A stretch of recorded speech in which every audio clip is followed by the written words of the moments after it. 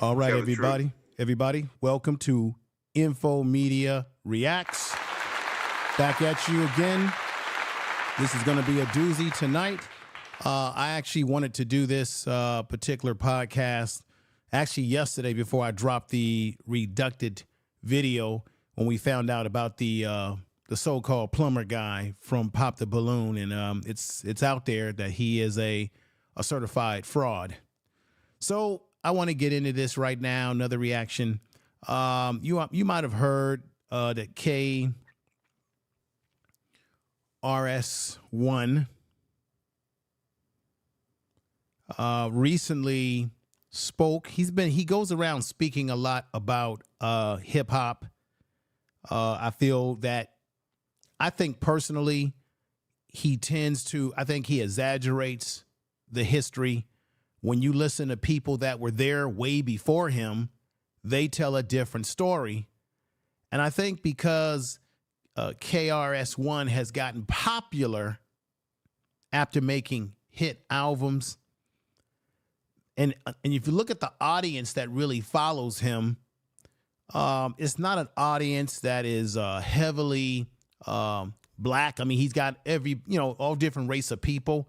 And I think because he makes money, he goes on the talk circuit and things of that nature, that he's catering to other people by exaggerating the history of hip hop music, who created it, who's the architect of this music, by telling us that, well, without Puerto Ricans, hip hop would have never existed.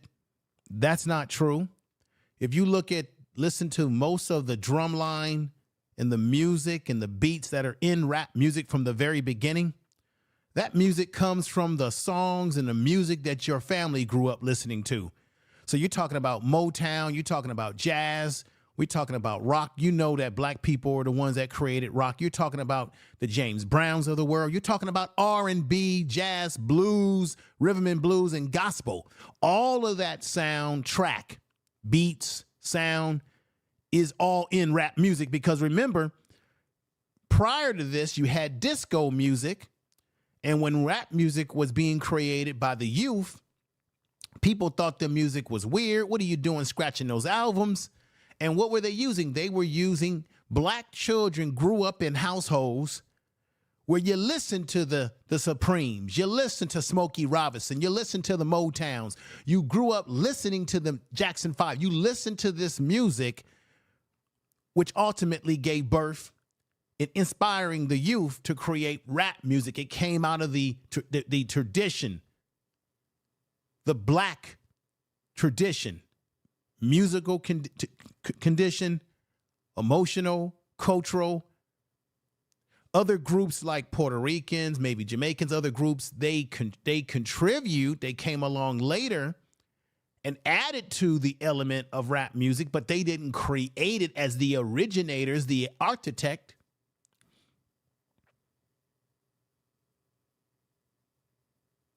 The Bible tells you that God made the earth in 7 days, 7 nights, and what have 40 days, 40 nights, all these different things you hear when you read the Bible about how God, well, it was black youth who created this musical genre in which adults took them. This is the truth. It was the older adults who stole the musical genre from the black youth and made money off of it, packaged it. Other groups came in later. So when KSR1 is saying these things, or KRS-1, he's exaggerating, he's not being honest, and I'm going to tell the truth. Somebody's going to have to tell the truth, and I'm going to tell the truth. He's not being an honest broker because I think he's too busy, in my opinion, okay? Somebody's going to have to tell the truth, and I'm going to tell it. He's too busy catering and making money promoting hip-hop to people that are non-black, people who don't look like us. And so he has to fairy tale it, embellish. And I remember, I'm old enough to remember, because I've been listening to hip hop music. Hip hop's the culture, rap is the music. But I've been involved in rap music since the late 70s as a child, listening to the music and then getting into breakdancing and strutting and pop locking myself as a youth. These other groups came on board and contribute, even DJ Charlie.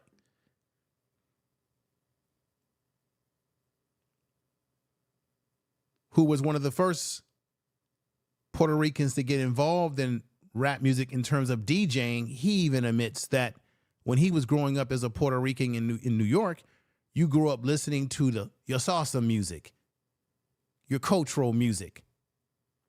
And he even admitted that when he was getting involved in rap music, his family was saying, "What are you doing getting involved with the black stuff?"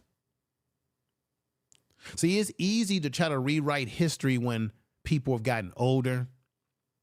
People forget stuff. People embellish things.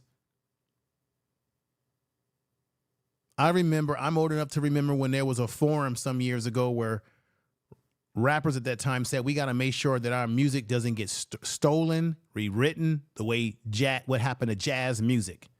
But now what's happening today is that everybody is embellishing. Everyone is jumping on and saying, oh, we created this, we created that. No, you didn't. You were watching passively until you decided to join and participate. So I personally think that KRS-One has an agenda because he's getting paid money to go on tours, to go to schools and talk. And he's talking to people who don't look like black people. So he's got to basically create this it's all people worldwide unified type talk. He has to embellish the history by trying to make himself look like he's an ambassador of trying to bring everybody in because we're under this rainbow flag of we're all unified, we're all together, that was not so. When you listen to rappers, guys that were there in the past, they said that there was never any super brotherhood between Puerto Ricans and black people in the beginning in New York, at least from the older generation. So let's get at this. Let's react. Somebody gonna have to tell the truth, and I'm gonna tell it. Let's look at a video. Let's see what we got here. So as I said, KRS-One jumped out the window and said some stuff that I know for a fact myself is just not true. And as a result of him opening up his mouth and embellishing and adding people to a history that they weren't there at the beginning inception of the music genre, you have one Lord Jamar who jumps out and says, wait a minute, let's correct this shit right now, okay? Let's correct it. Let's put the truth on this because the truth ain't in KRS-One. KRS-One is not being honest because, once again, he's too busy going on these talk circuits where he's getting paid a lot of money, so he has to come off a certain way. Look at this. These are black people from the very beginning of this genre we call rap music. Black people have always been at the forefront of it. It comes out of our culture. We created this. The youth created this. I'm going to say it again. It was the pre-teens who created this music, and then the adults stole it from them. Let's get at this right now and let you hear exactly what KRS-One was saying. Let's go. Somebody gonna have to tell the truth, and I'm gonna tell it. Here we go. Some Latino scholar should do a book on this. When hip hop first started, it was.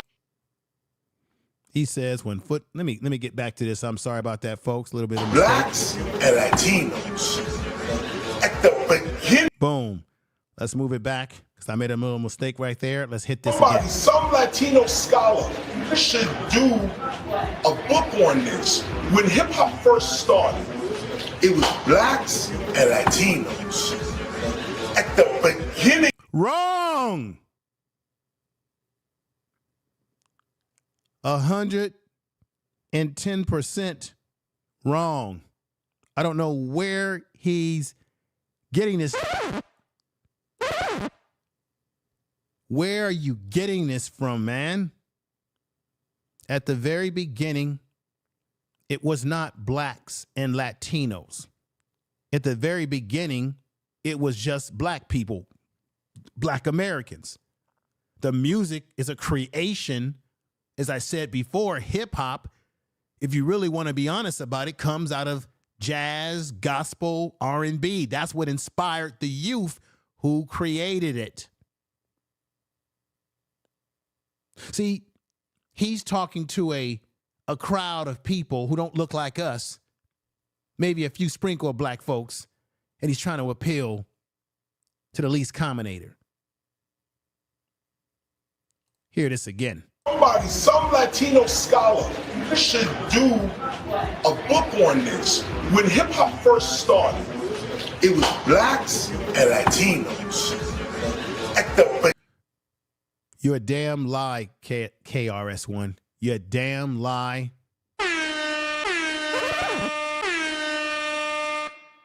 You are a damn lie, and the truth ain't in you. The truth ain't in you.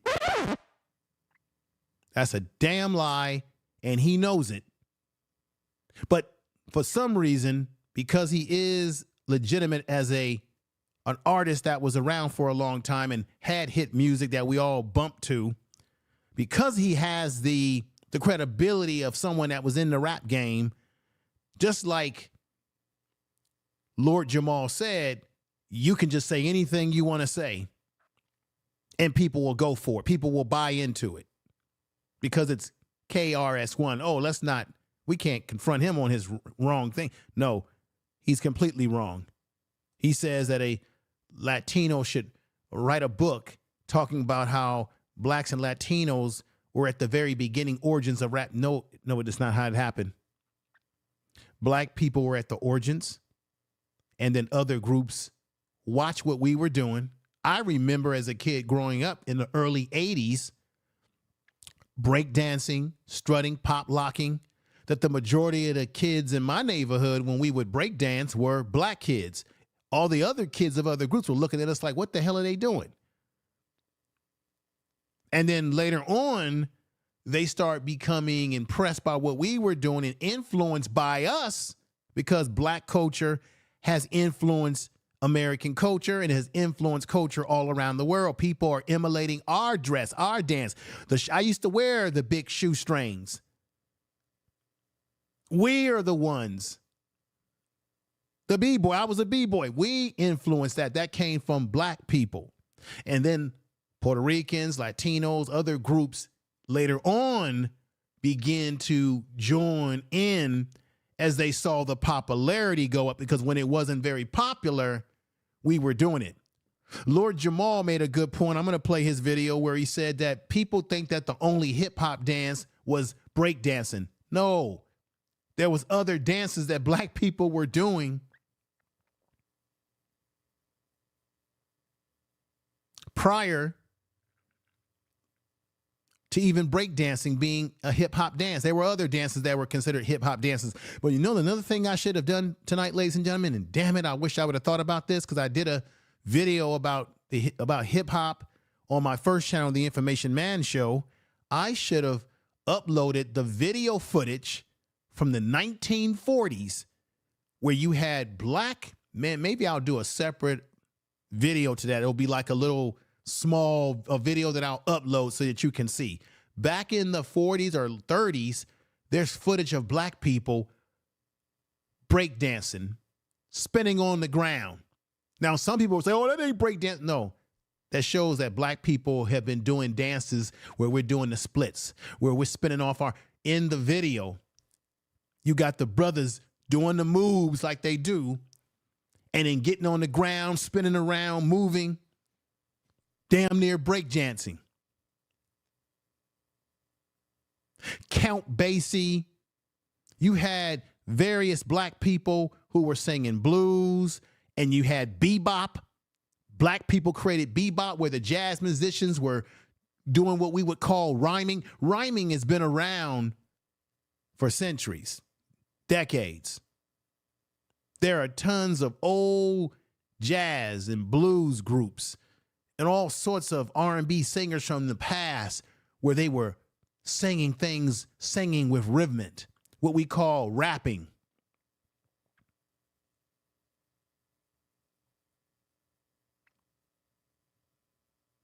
We had, what's the brother that used to wear the zoot suits and he used to say, hotty, hotty, hotty, ho, hot. We've had all string of black people going even way back further than the 70s. So I don't know what the hell, I hate to do this, I don't know what the hell KRS-1 is talking about. He's crazy. Let's get back to it. This is all about KRS-One making money on the talk circuit and trying to appeal to other groups that are listening to him to make them feel comfortable while he makes a bank off of running his mouth and giving out false information about our history. Beginning when it started, as a matter of fact, it was that energy. We was already here, slaves in America getting free. Then Puerto Ricans. Listen how he tries to say it so casually. Why we were over here in America, slaves, trying to get free. Then all of a sudden the Puerto Ricans and the other groups came over and we united. What is he talking about? There was racism. There was anti-black sentiments. Matter of fact, if you go to South America and all you got to do is look at how they treat black Afro-Latinos. Look at how Afro-Latinos are treated in South America. So this whole thing about, oh, they came over here and it was one kumbaya. No, it wasn't. But once again, I'm telling you, he speaks on the talk circuit. He goes to colleges. He's speaking to people who don't even look like us. So he's got to paint this Disney picture. As a matter of fact, it was that energy. We was already here, slaves in America getting free. Then Puerto Ricans, Dominicans, Cubans started coming into New York. Boom. No.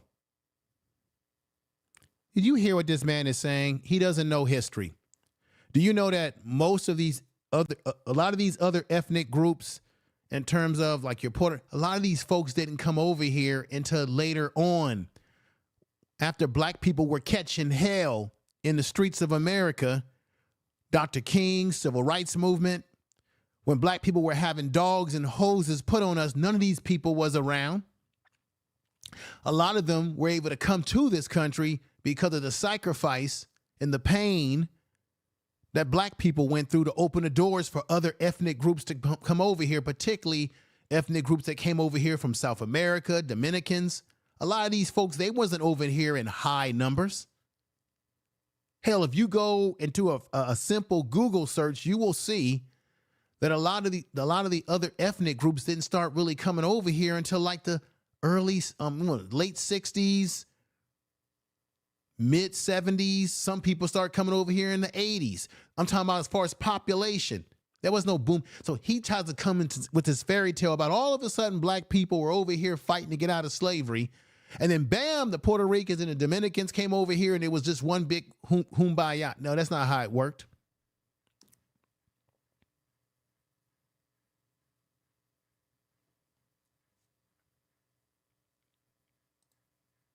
Puerto Ricans, Dominicans, Cubans started coming into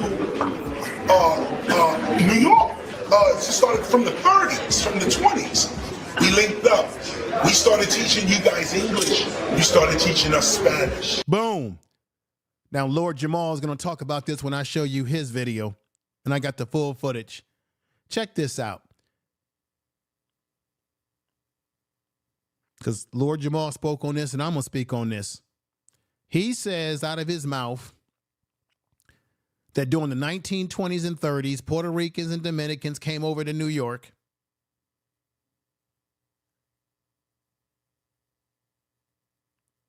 And started teaching black people Spanish, and we started teaching them English. Where is his reference? Where is his historical reference to what he's saying? Show us the proof. Where's the receipts that that's true? Because if that was true, why is it that during the early development and creation of hip hop music, why is it that you don't hear any of these MCs that I'm going to show you up here by picture? Why is it that we never heard of any black MCs when they were rapping in Spanish or saying Spanish words? Huh? Tell me. Somebody gonna have to tell the truth, and I'm gonna tell it. This picture right here you're looking at is a historical picture, the origins. This is the park where they would hang out and they would take the turntables out and start experimenting with the music. And then you would have, at that time, guys that would come up and they would grab the mic. This is before you had a lot of MCs. This is during the experimental periods. You see black people at the forefront of it. And if black people learned Spanish from the Latinos and Puerto Ricans, why wasn't that heavily influenced in the music? Why didn't we see any of these early rappers and rappers, or MCs as they were called? Why didn't we see any early stages of rappers putting the Spanish in the music? How many albums at that time were produced where brothers were rapping and putting Spanish words in the music? You didn't see that because it didn't happen. So that tells you right there that KRS-One is a poser. He's not to be trusted. He's not telling the truth. Because if that was such an influence, you would have heard it in the music. What you heard, everything you heard in rap music was influenced by what we grew up with from our parents and forefathers, which is the James Brown albums. Every rapper was putting James Brown in their music because James Brown was the influence. The Motown music was the influence. The R&B music, that's what was being scratched. Matter of fact, they were taking disco music. You know Donna Summers. For those of you millennials out there, you may not be old enough to remember this, or Z generation, there was a woman named Donna Summers. She was a black woman. She was a queen of disco. They were taking disco albums too and scratching and playing around with them and trying to find the break. There were no black MCs at that time or even groups that were forming, or what they called crews at that time in New York, that were black, that were running around busting off or giving ciphers where they were saying Spanish. No. Now, he could be right about what he said about us teaching them English, because certainly they had to speak English to be able to pick up a mic themselves and rap. So if that's the case, so he's making my argument. He's making the argument of Lord Jamar. If that's true that we taught them English, then how the hell they were able to rap like us or copy how we were rapping, because we taught them how to speak English according to KRS-One, the talk circuit man. New York, it started from the 30s, from the 20s. We linked up. We started teaching you guys English. You started teaching us Spanish. Boom. So if we start teaching them English, then guess what? The bottom line is they was emulating what we were saying, our slang, our hip hop slang, our street slang, all kind of slang. It came from black folks, because if they had to learn English from black folks, certainly they got some of our slang, or what you would call Ebonics. Okay? Somebody gonna have to tell the truth, and I'm gonna tell it. KRS-One is a fraudster. He's not telling you the God's truth. because he has an agenda. Remember, he's making money. He's on the talk circuit. He's got people in the audience that don't look like me and you, and he's got to appeal to certain audience and certain people to keep those checks coming in. He's got to play the ambassador role with giving false information. Somebody gonna have to tell the truth, and I'm gonna tell it. Let's hear the rest of this. Some of the foods that we forgot about, some of the ancient. So there is the embarrassment Somebody gonna have to tell the truth, and I'm gonna tell it. of KRS-1. And I ain't gonna lie, I loved his music growing up. I'm not gonna discredit him as a hip hop artist. He was certified as a hip hop artist. But lately, after not making music anymore, he has chosen himself to be the spokesperson of hip hop. Nobody chose KRS-1. For some reason, society runs to him because he's doing the most talking. You notice that they always go to KRS-1. Why are they not talking to people that are still alive who know the history of this art form? Why is it always, ladies and gentlemen, why are they always, and I want to thank everybody in the chat room, Brunts, Flat Power Gods back over here, Rob C's in here, Jonathan Kidd's in here tonight, Russell's in here tonight. Thank you, everybody who's making this channel do what it's got to do, get it popping off, and get it to where it should have been a long time ago. I took a little time off from the channel, and that was a mistake. But I'm back at it on this channel, putting in work. I still will be doing content on the Information Man show on Sundays. I have a guest coming on. We're going to get into some really deep issues over there. But over here, we're going to do the reaction. Ask yourself, why is it that when people want to talk to someone about the history of hip hop, they always go to KRS-1? As if there's nobody else who can tell you about the history. Why is it that they don't go talk to other people like DJ FaZe? Let's listen to DJ FaZe right now. Let's hear what he has to say. Let's react to this, everybody. Check this out. I'm gonna go ahead straight say it on this video. Let me just stop this right here.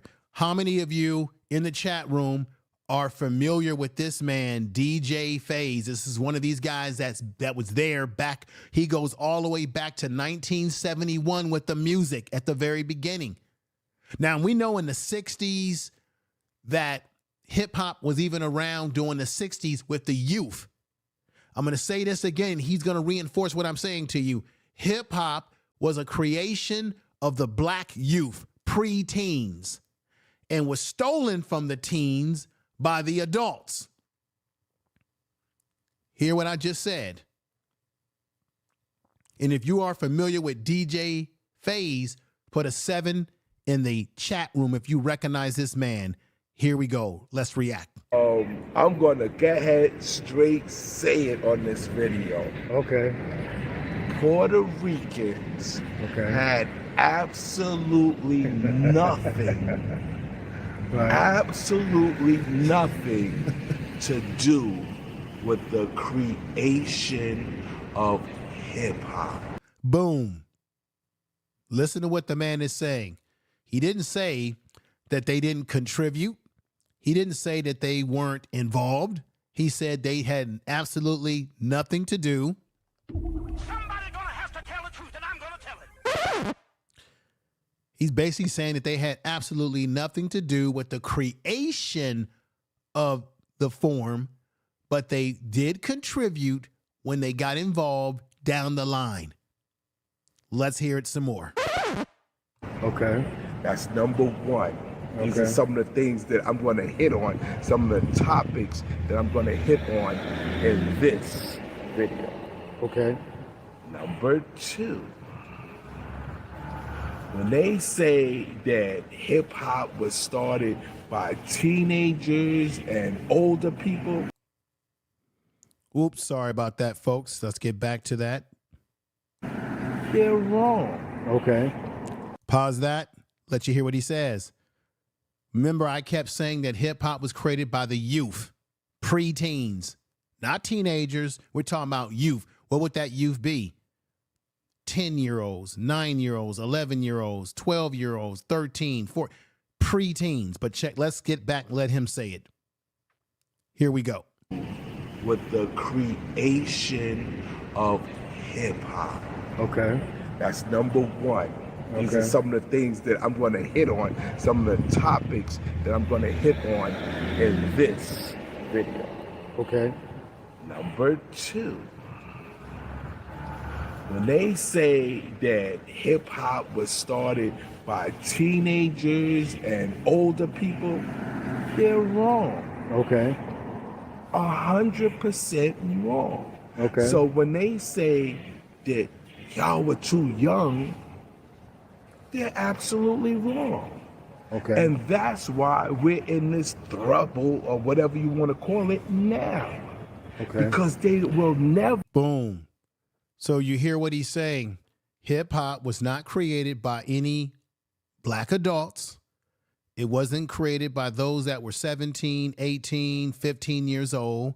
It was created by preteens, the youth. We're talking about younger. This is something that they've never given credit to, that it was the younger black youth, the preteens, who were the actual real creation of the genre, of the music, of the sound, of what we call the concept of rap, which was stolen by the older adults who saw what the kids were doing and said, wait a minute, they're on to something.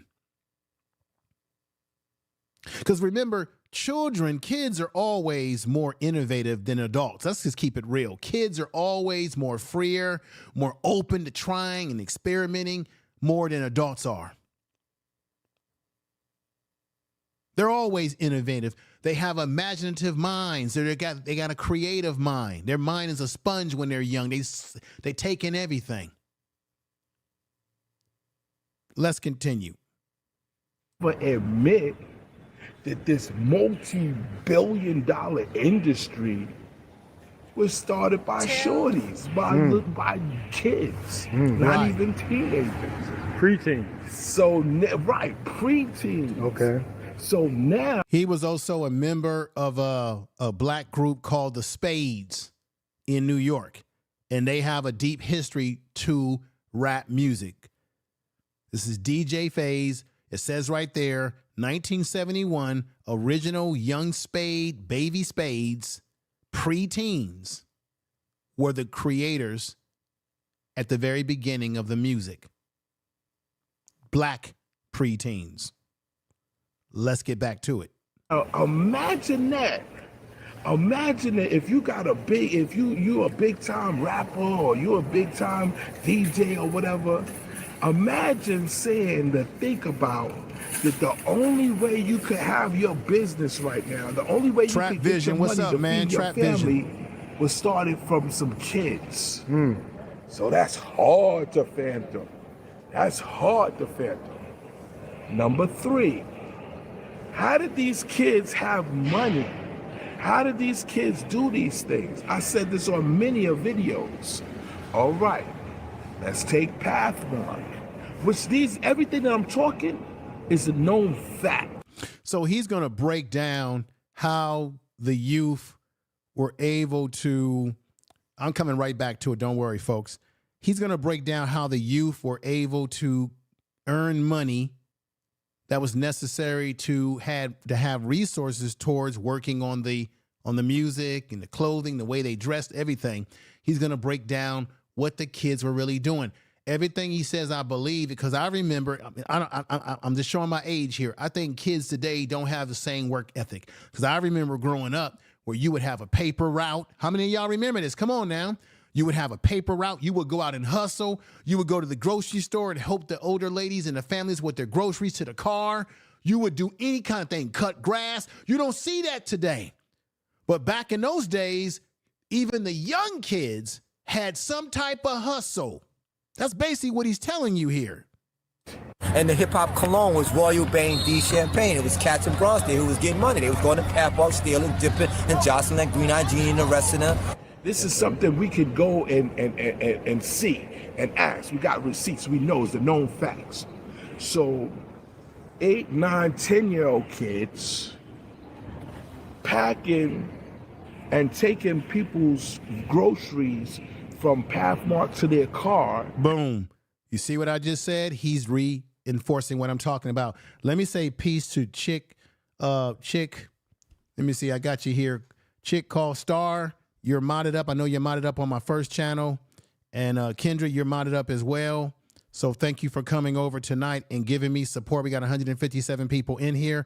And what this tells me, a couple of nights ago when I talked about the Kendrick Lamar, we had about 500 people. It tells me that there's certain types of subject matters that really bring people out, that interest people. So I've got to focus on those subjects that really entice people to want to listen, hear, and take in.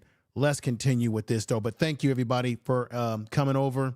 And this is Info Media Reacts. Let's get back at it. And packing their groceries would yield maybe $20, $30 a day.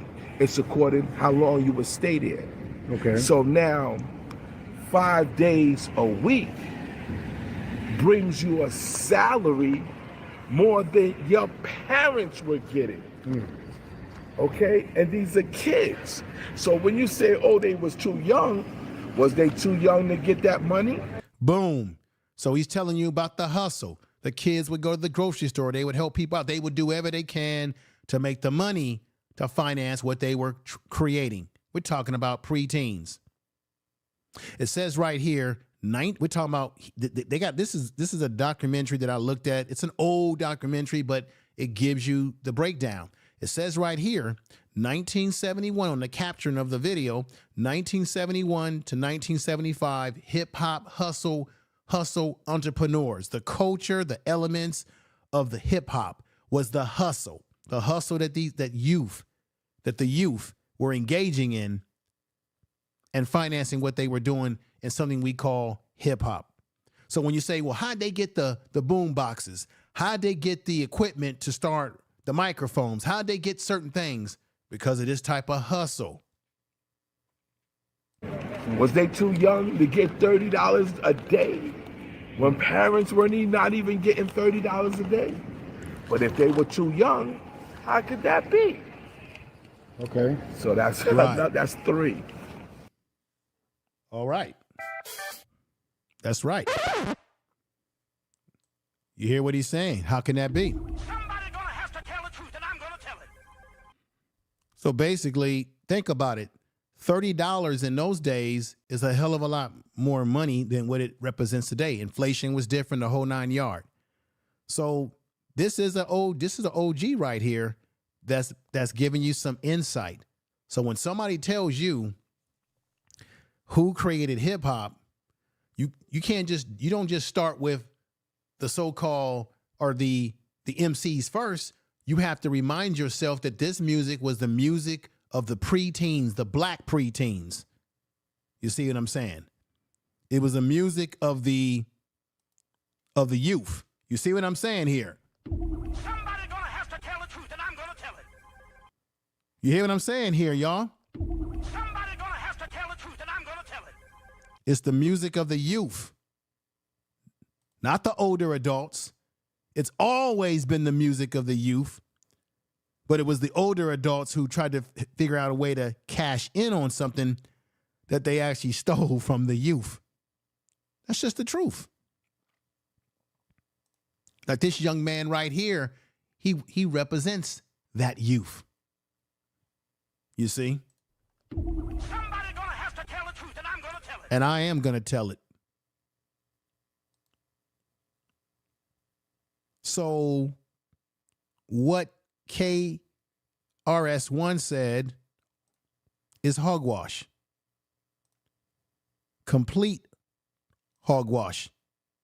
Puerto Ricans, Dominicans, Cubans started coming into New York. Yes, they did come into New York, but listen to this part. Some Latino scholar should do a book on this. When hip hop first started, it was blacks and Latinos. Wrong.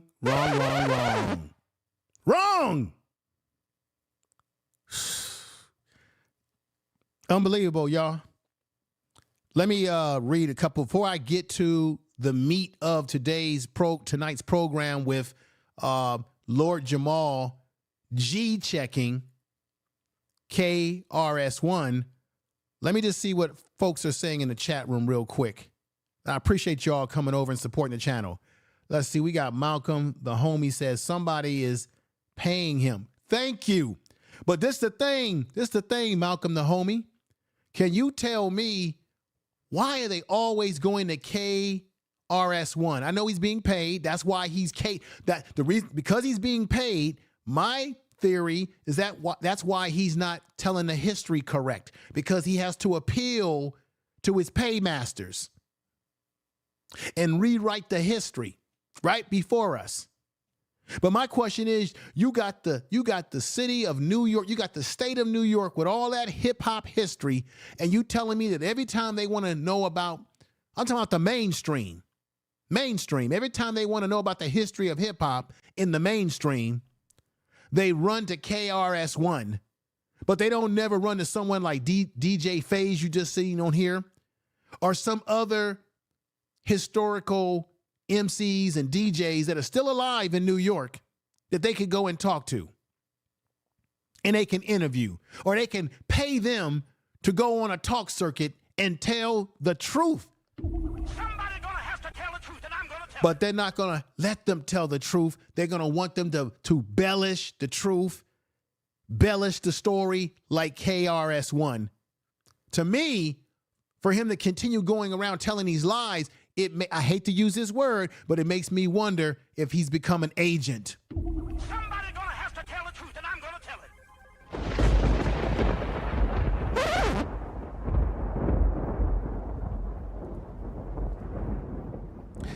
Jonathan Kidd says facts, FBA 152. Let's see. We got Love Vegas. Lock Vegas says Lord Jamar is speaking facts. Right. Now I'm about to bring Lord Jamar right up for you to hear him. And G-check.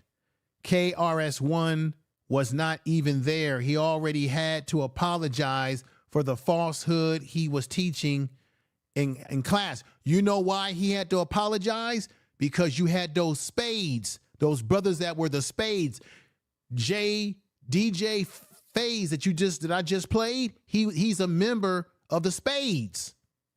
You had a group of black men. You had the Baby Spades and you had the black men. You had the Spades group, street organizations that had to check him, that are saying, nah, man, you got it all wrong. You wasn't even there.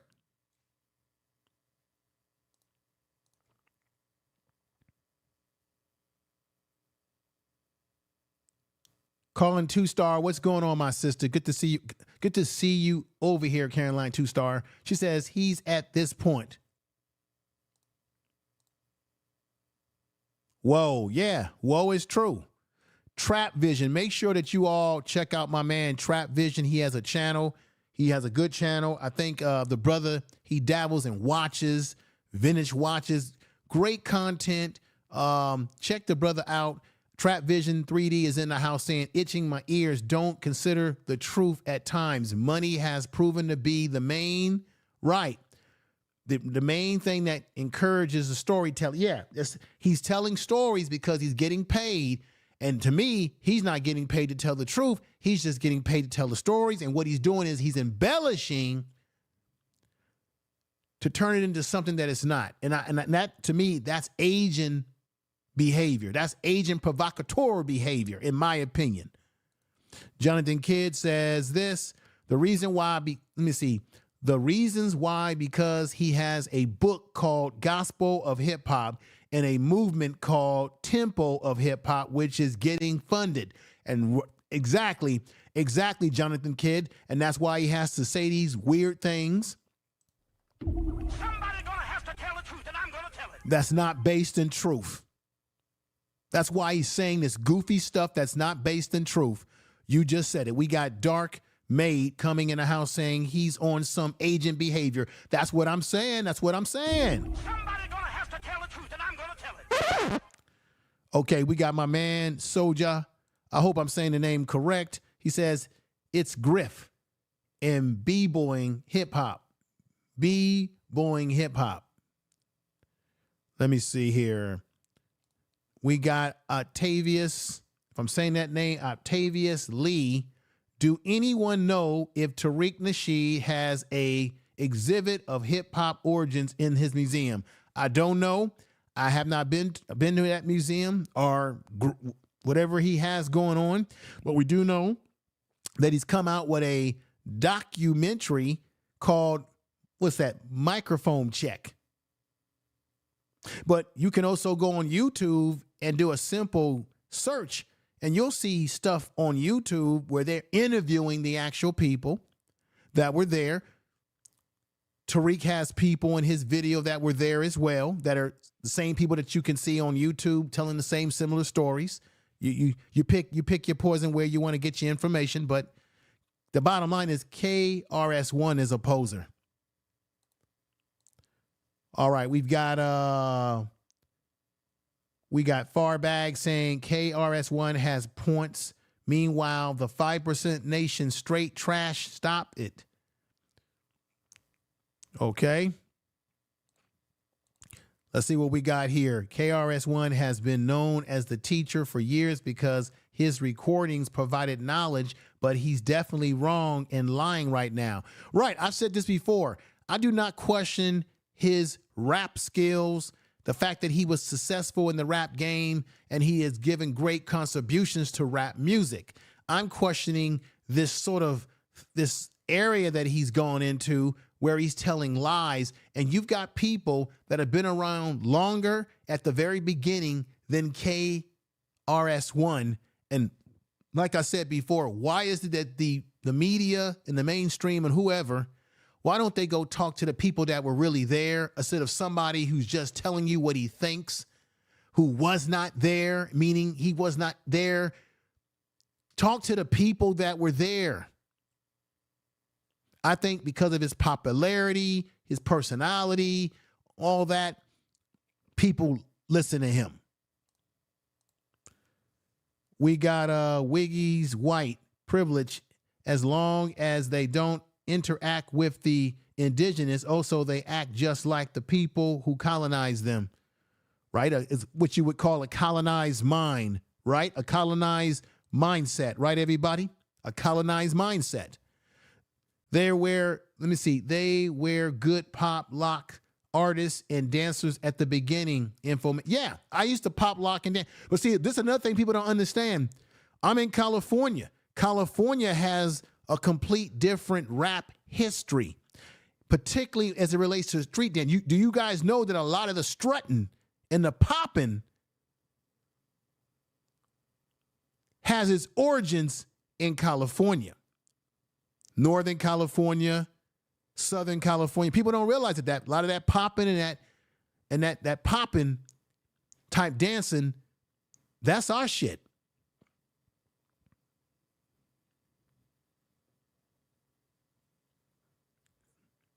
I appreciate everybody coming in tonight. I really appreciate that. I better move on with the presentation because I know it's late for everybody and I don't want to take up all your time.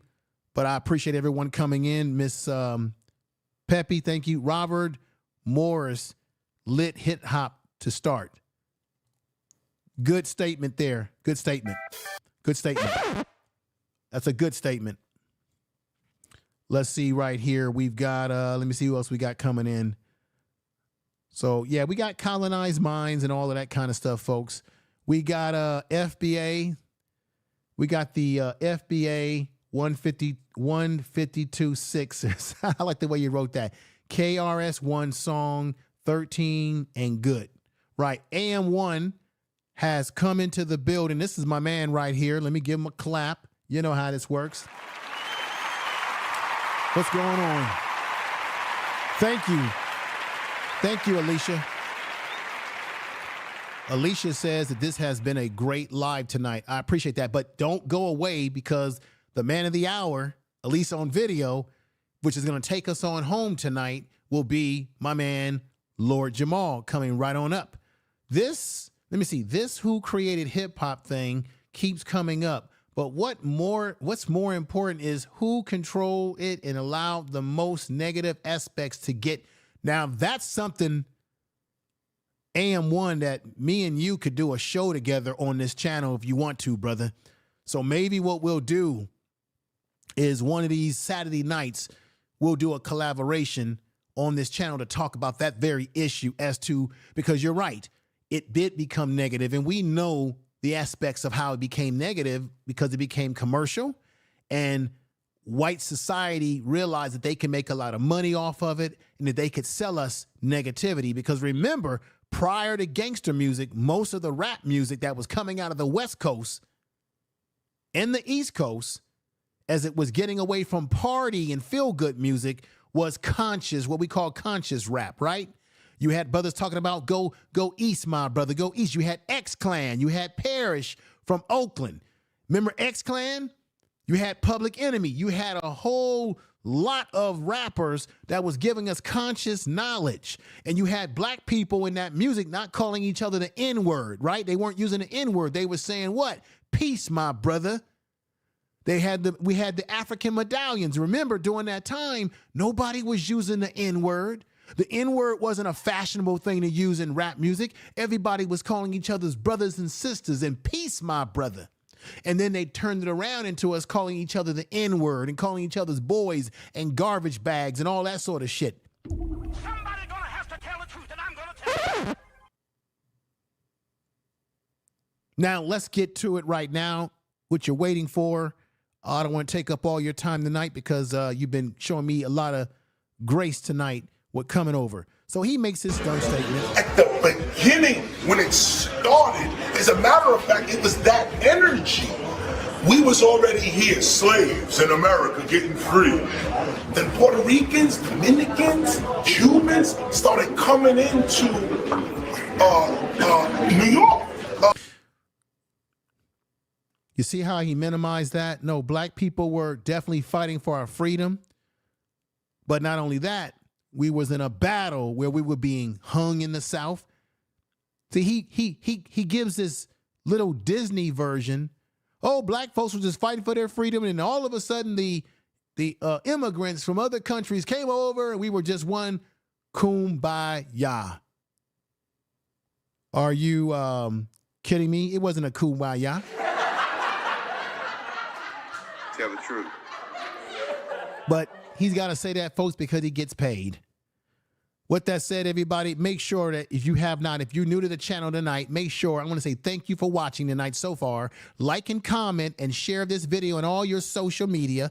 If you have not subscribed to this channel, this is the Info Media Reacts channel, then go ahead and hit the likes and share the video and subscribe, because I definitely would appreciate it. Okay? Definitely. So let's get to the man of the hour. You know him.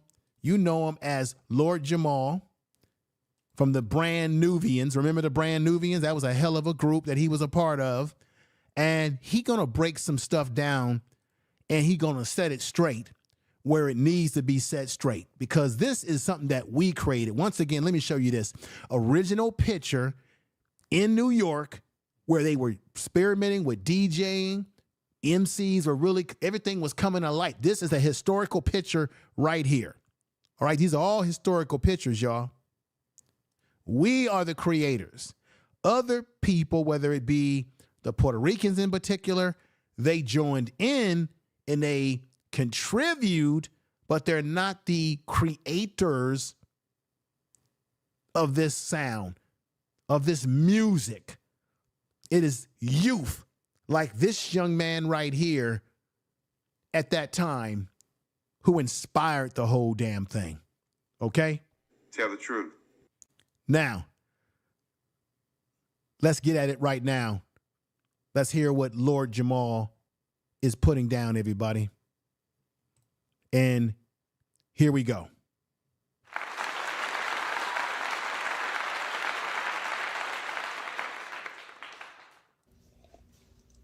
It's certain people that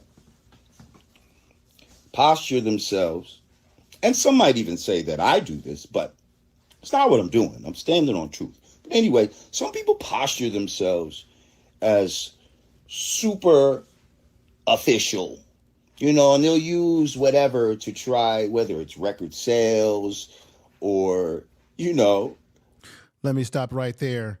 Soja is saying, are you saying that the Bronx was only black people, no Dominicans? I never said that. I've been very clear tonight, sir. I never said that. I simply said at the very, you're not listening. We said at the very beginning of the music in its creation, it was the black youth. Are you going to argue with DJ FaZe, who was there? Are you going to argue with this man who basically breaks it down for us? I'm going to go ahead straight say it on this video. Okay.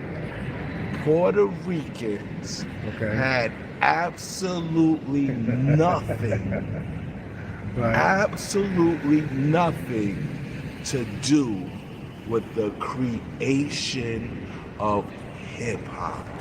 That's the key word. He says creation. He didn't say they didn't have any involvement in hip hop. That's not what my man Lord Jamar is saying. We're talking about the creation. He says, and it's going to go here. Let's go about the youth. Even teenagers. Preteen. So in this throuble or whatever you want to call it now. Okay. Because they will never admit that this multi-billion-dollar industry was started by shorties, by kids. By kids. Not even teenagers. Preteens. So, boom. It was black preteens who created the genre. And then other people came in. So we didn't say that the Bronx didn't create, that hip hop wasn't in the Bronx. Certainly people that lived in the Bronx that were Puerto Rican, they contribute, they got involved. But at the very origins of it, it was black folks. Because if you listen to rap music, what kind of sounds do they use? They were sampling R&B. That's black music. They were sampling jazz. Black people created jazz. They were sampling blues and gospel, and they were using James Brown. He's black. That's black music. That's soul music. That's funk. That's what influenced rap music. It wasn't Puerto Rican music. It wasn't Spanish.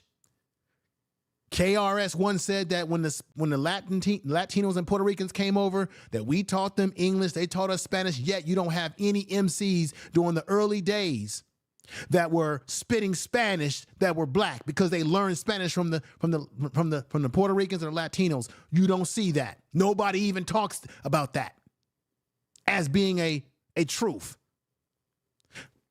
Other groups of people, like Spanish-speaking people, came in later and contribute to something that was created by black youth. I'm 54 years old. I've been around for a minute. I saw a little bit of this when other groups started. Even in the 80s, you didn't have as many other people involved in hip hop and breakdancing and hip hop dance as you had black youth. But certainly other people got involved in it, but we were the ones in high numbers that were involved in it at the beginning. That's what we're talking about. Let's get back to Lord Jamar here. Whatever your reputation in this rap game or some kind of shit to use to try to act like you can override a motherfucker. You know what I mean? I got niggas 2-3 years older than me talking about, you were not old enough to know what was going on. You weren't there. Shut the fuck up. Who cares? Who cares if I was there or not? Were you there when your mother and father fucked? Huh? How do you know that's your mother and father? That's a very good point that he makes. How do we know? He said, were you there when your mother and father fucked? Do you know? How would you know that that's your mother? Woo! Let's get back to it. How do you know that that's your mother and father? You going by their word? Because you wasn't there. Yeah, it's true. That's true. I'll tell you how you know. You know how we determine parentage? Through DNA, motherfuckers. Facts. Through DNA. Now, when I look at the DNA of hip-hop, when I look at the double helix of hip-hop, oh, what I see is soul music, funk music. I see people that, parents that might have come up in the South who moved to the North, specifically the New York City area, and whose children came up in that post-Civil War. Boom. Boom. He's absolutely right. The post-Civil War era, when you had the great migration of black people leaving the South, going north to the east, to east north, into New York, places like Philadelphia, Cleveland, Detroit, all the areas where they had industrial jobs, where all that Motown music was created in Detroit.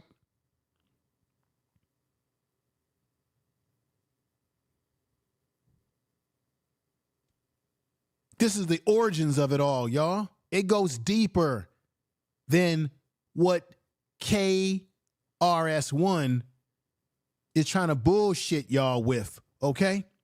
The bullshit that he's coming out of his mouth with. Somebody gonna have to tell the truth, and I'm gonna tell it. I'm roasting his ass tonight because he's been doing this for a while, and we've got to set the record straight. See, the mainstream media is not going to give you a show like this. The mainstream media is not going to tell you the truth. Somebody gonna have to tell the truth, and I'm gonna tell it. But we will. Never underestimate the power of social media. Somebody gonna have to tell the truth, and I'm gonna tell it. Tell the truth. Let's get back to Lord Jamar. Civil rights, not Civil War, that post-civil rights era with that northern attitude, that attitude that was like, motherfucker, I wish I was around during slavery times. I wouldn't have let motherfuckers with me. Like when Roots came out when we was young, niggas was like, I wish a nigga would. That's the energy that birthed hip-hop. Those kids that watched Roots and all that type of shit. That's the energy that birthed hip-hop, bro. And that's the DNA you see all in hip-hop. You hear what he just said? Y'all all hear, if you hear exactly what Lord Jamar just said, please hit 7s in the room and make sure you share this video. I know that other people have done videos or just played the video, but I'm giving you what I do on this channel. I give you a complete, comprehensive program. Let's get back to it.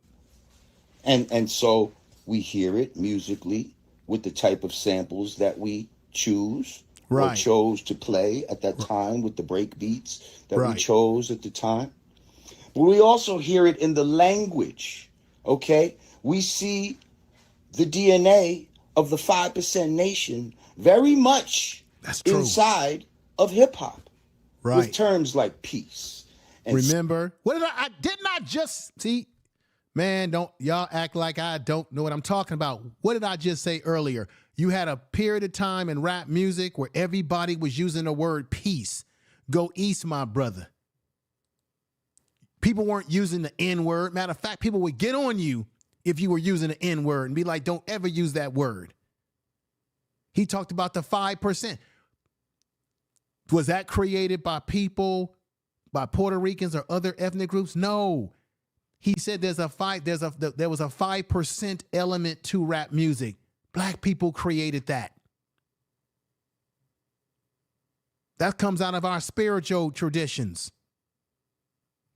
See, this shit runs deeper than what the agent was talking about, y'all. Cypher and God and Son and you know what I mean? Around during slavery times, I wouldn't have let motherfuckers with me. Like when it's the energy that birthed hip hop, bro. And that's the DNA you see all in hip hop. Right, that comes out of the struggle, the experience that black people had in this country. I wanted to move it back to let y'all hear exactly what he said fully there. And so we hear it musically with the type of samples that we choose or chose to play at that time with the break beats. Right, and those samples was the music that our mothers and fathers and uncles and even our grandparents listened to. That was black music. That was the baseline of rap music. That we chose at the time. But we also hear it in the language, okay? We see the DNA of the 5% nation very much 5% inside nation. Of hip-hop. 5% nation. With terms like peace and cipher and God and son and you know what I mean? Right. He's 100% correct about what he's saying, y'all. Somebody gonna have to tell the truth, and I'm gonna tell it.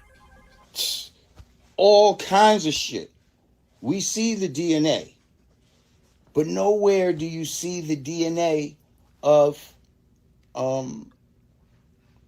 Puerto Rican culture. Puerto Rican culture. I'm not talking about Puerto Rican individuals. I'm talking about Puerto Rican culture. Jamaican culture. Those things did not influence hip hop, regardless of how official motherfuckers sound saying it. I'm sorry. He's absolutely right, everybody, in what he is saying. Did they contribute to the music? Yes. But rap music, that is not the foundation of rap music. The foundation of rap music, as I told you all before, comes from the black youth. I hate to hurt your heart that the thing that you adore and love is something that black American youth created. What did not, ladies and gentlemen, did not just say that.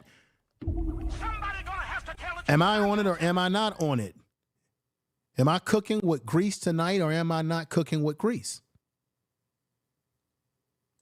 Somebody gonna have to tell the truth, and I'm gonna tell it.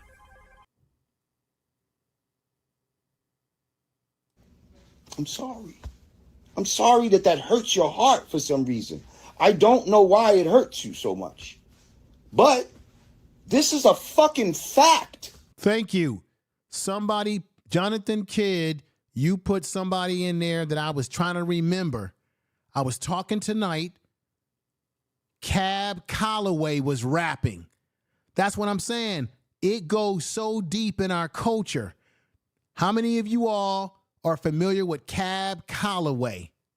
Mr. Yada, yada, yada, yada, yada, yada. Remember, he used to wear the little suit. Matter of fact, he was wearing zoot suits. And he was literally rapping and doing classical type style music. This shit has been in our DNA since the very beginning. Put sevens in the chat room if you are familiar with Cab Calloway. Damn it, everybody should be. We should know our history. What's going on, Blue Devil?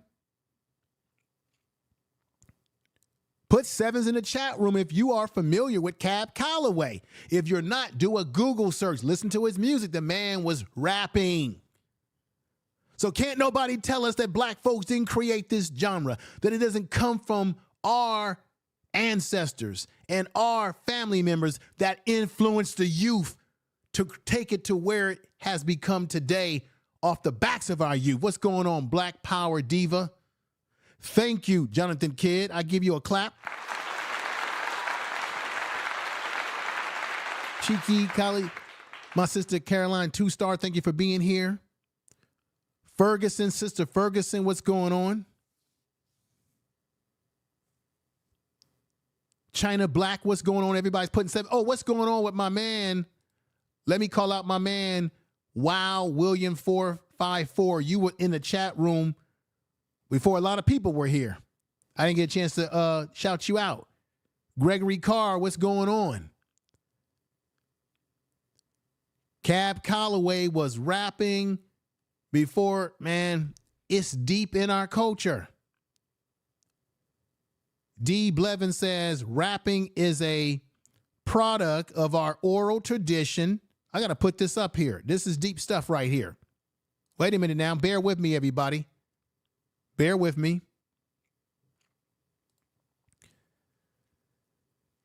This is D. Blevins who put this. This is a good one. Rapping is a product of our oral tradition, and it can be traced all the way back to our ancestors in Western and Central Africa. I would say this is definitely part of our oral tradition that we also created in America.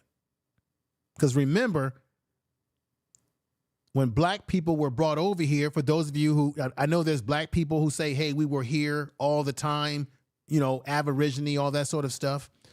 But when they brought black people over here, we had to create another culture. So yeah, Africa didn't have that big of an imprint on what black Americans actually created, because we literally had to create our own thing. You see, at the end of the day, we created something that nobody else has created. Nobody. When it comes to our creativity.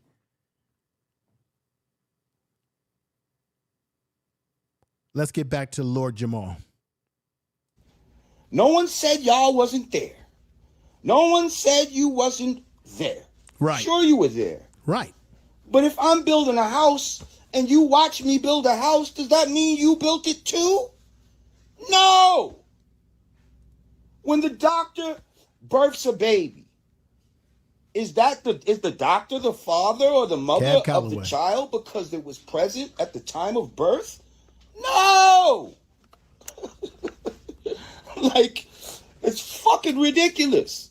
Like, only the people that were there during conception are the parents. Okay? So all of this shit about we were there, yeah, you were there. Right. But there's Hey, Cameron, if I'm saying your name correct, this is a good statement that you left here. In America, we created these genres of music. Yeah, we created a lot of things, but it seems like because we're in 2024 and a lot of our historians are passing away, a lot of our musical geniuses are passing away. Prince is no longer here. Michael Jackson's gone. We're losing people who were the griots. We cannot lose our oral tradition, y'all, and we cannot forget our history, because when we do that, people will try to rewrite our history, our stories, as if they were there. We cannot allow that to happen. You see what I'm saying? Beware of people that try to do this sort of stuff. This is why, in my opinion, KRS-One is dangerous.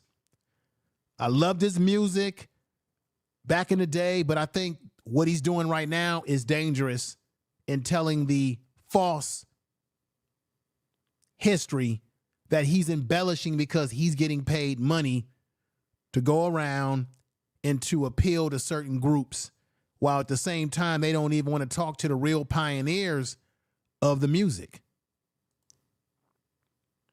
I'm talking about the mainstream media. Of course, the mainstream media doesn't care. Let's get back to Lord Jamar. There's a difference between a creator and a participator. That's all I'm saying.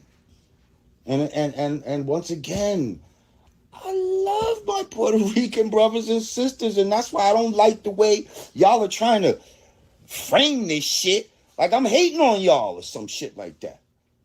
My niece and my nephew are half Puerto Rican. Okay, let me see what AK Sword God is making a point here to Blevins. He's saying, then you should know that hip hop is strictly Black American, FOH, with African traditions like Stop It, D. Blevins. So I guess there are some difference of opinions in the chat room. I don't mind people having difference of opinion. Just please don't make the statements personal. We don't want to cause any type of drama in the chat room. But I think people can have their opinions. Just don't make it personal and, you know, all that sort of stuff. But folks, we got to use logic here. I'm going to say it right now. At the end of the day, hip hop music was created by black youth, influenced by black traditions and oral traditions and history of our ancestors that is carried with us, which is why black people express ourselves like we do through music, dance, art, all the creative traditions. If you believe that it is a creation of our people, I should see a whole bunch of sevens, and I do mean lots of sevens in the chat room right now, y'all. I would appreciate that. Somebody gonna have to tell the truth, and I'm gonna Tell the truth. Let's get back to it. Like my sister-in-law's Puerto Rican.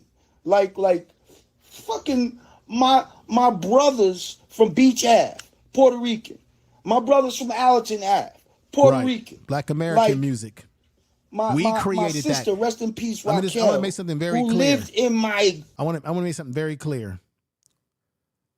Let's keep it $100. I don't want to go on a soapbox tonight like I did on the other show, but let's keep it $100. Africans contribute to selling black Americans into slavery. When we came over here, many of us don't even know where we come from in Africa. We've been trying to find identity, right? Where do we come from? That's why you have people getting a DNA test, right? Trying to figure out, well, if I come from Africa, where in Africa do I come from? Because Africa is not a country, it's a continent with many, many countries. But it wasn't Africa that inspired black Americans in this country, those black Americans who were struggling on those plantations. No. Black people in America, these things were created by our influence. It was created by the slave experience. It was created by Jim Crow, black codes. It was created by Reconstruction when we came out of slavery into Reconstruction. It was created by segregation. It was created by the things that we had to do when we were forced to be together. That's a creation of black Americans. African culture had nothing to do with that because most of us at that time didn't know anything about Africa.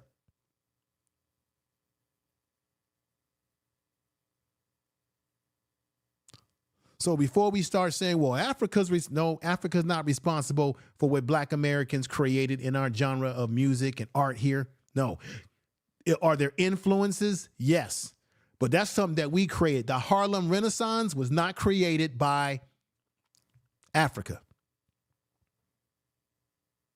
That was created by black folks in America. We have our own culture created on this soil, unique to us. Nobody created for us. Remember, as much as I hate to say this, they sold us into slavery. They had intertribal warfare. Y'all went to go see that movie Woman King, and that very tribe in that movie that those women came from, those women were involved in doing what?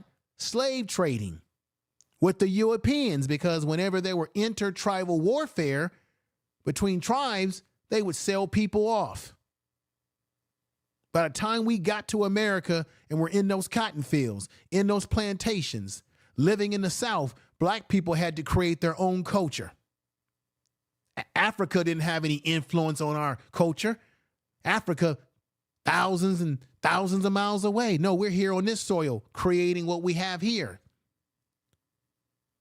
When black people would do those, rap music has been in our blood since the very beginning. When black people were singing those hymns, remember, black people would sing hymns to tell other black people how to escape from the South to get to the North. That's where you get all the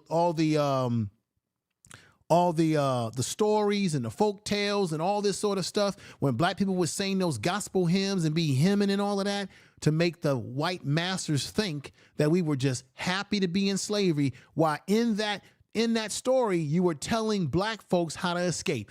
The story of the bear rabbit, the story of the bear, those are all parables that black people created. Africa didn't create that. That was black Americans trying to survive in their conditions.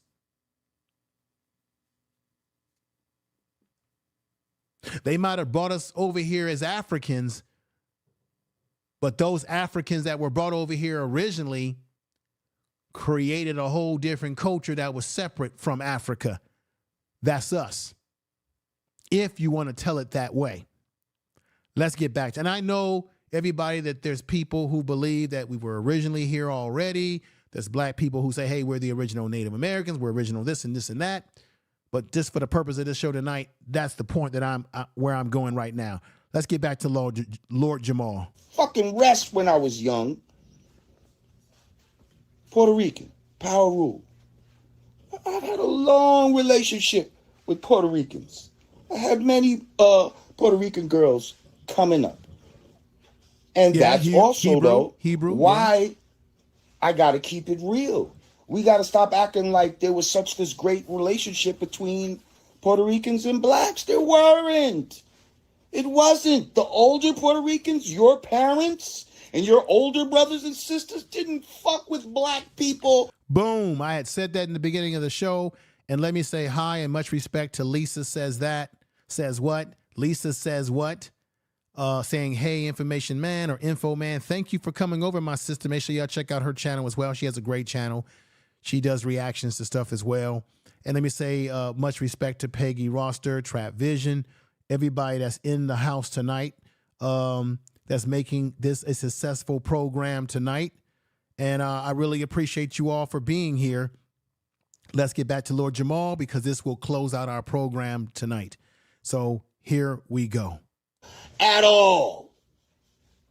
You know how many times I had to wait downstairs? Oh, you can't come upstairs. My mom or my pops. So what Lord Jamar is talking about is that the older Puerto Ricans in New York weren't that crazy about black people. Let's just, if we're going to tell the truth, let's tell it. Somebody's gonna have to tell the truth, and I'm gonna tell it. And I'm going to be the one to tell it. So there was no harmonious relationship. The older Puerto Ricans didn't care for black folks.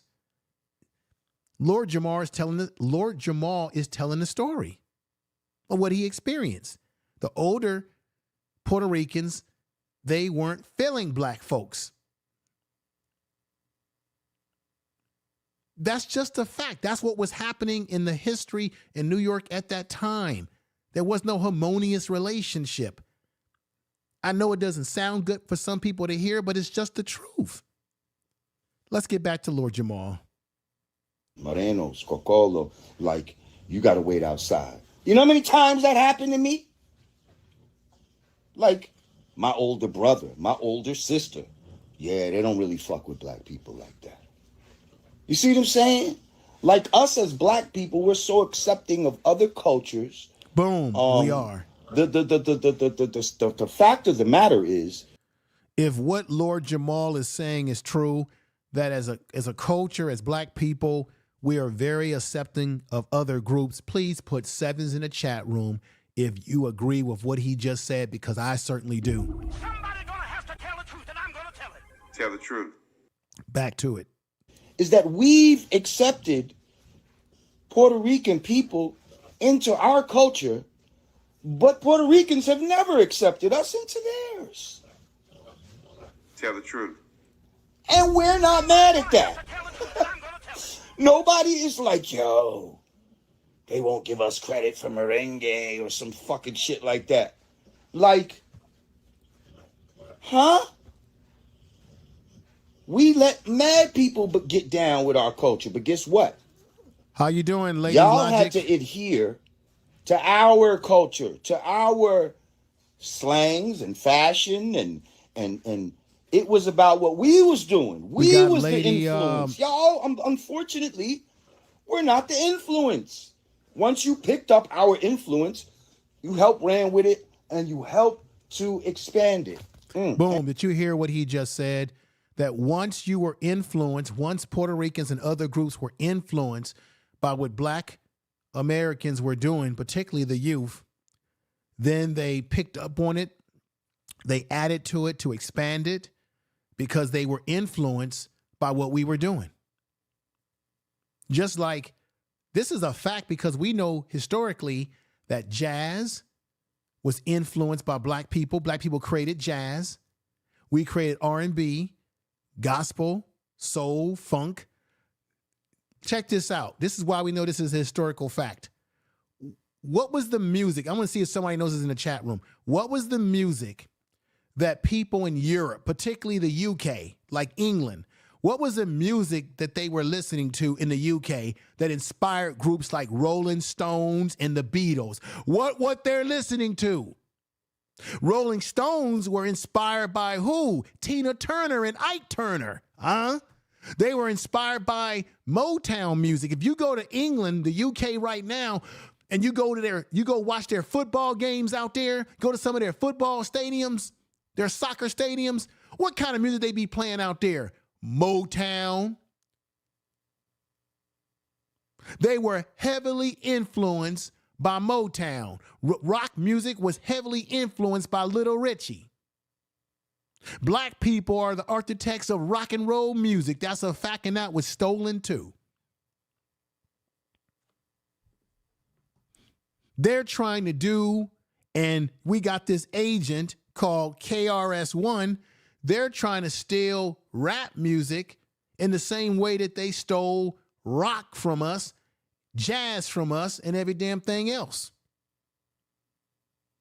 By rewriting the history, by having ambassadors of false information.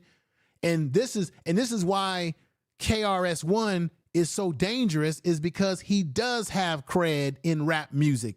He's not just some guy talking who never rapped or had a hit album or had any type of legacy for himself in rap music. That's what makes him so dangerous, because you want to believe what he's saying because he has some sort of authority, because he was a successful hip hop artist in his own right and told powerful stories.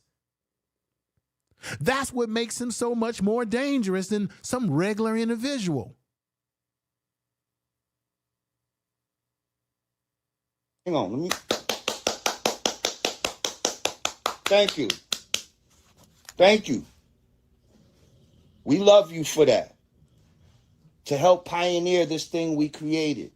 You know what I mean? To help it proliferate out into the world. Thank you. Thank you. Puerto Ricans, Jamaicans, anybody. I'm sure that KRS-One may know a little more than me because he's been in the rap game. But everybody, listen to what I'm saying to you right now, because you've been putting them little shady little messages in the chat room all night. He may know more than I know, but like I said, I've been around for a minute. I've watched some things. I'm 54 years old. But check this out.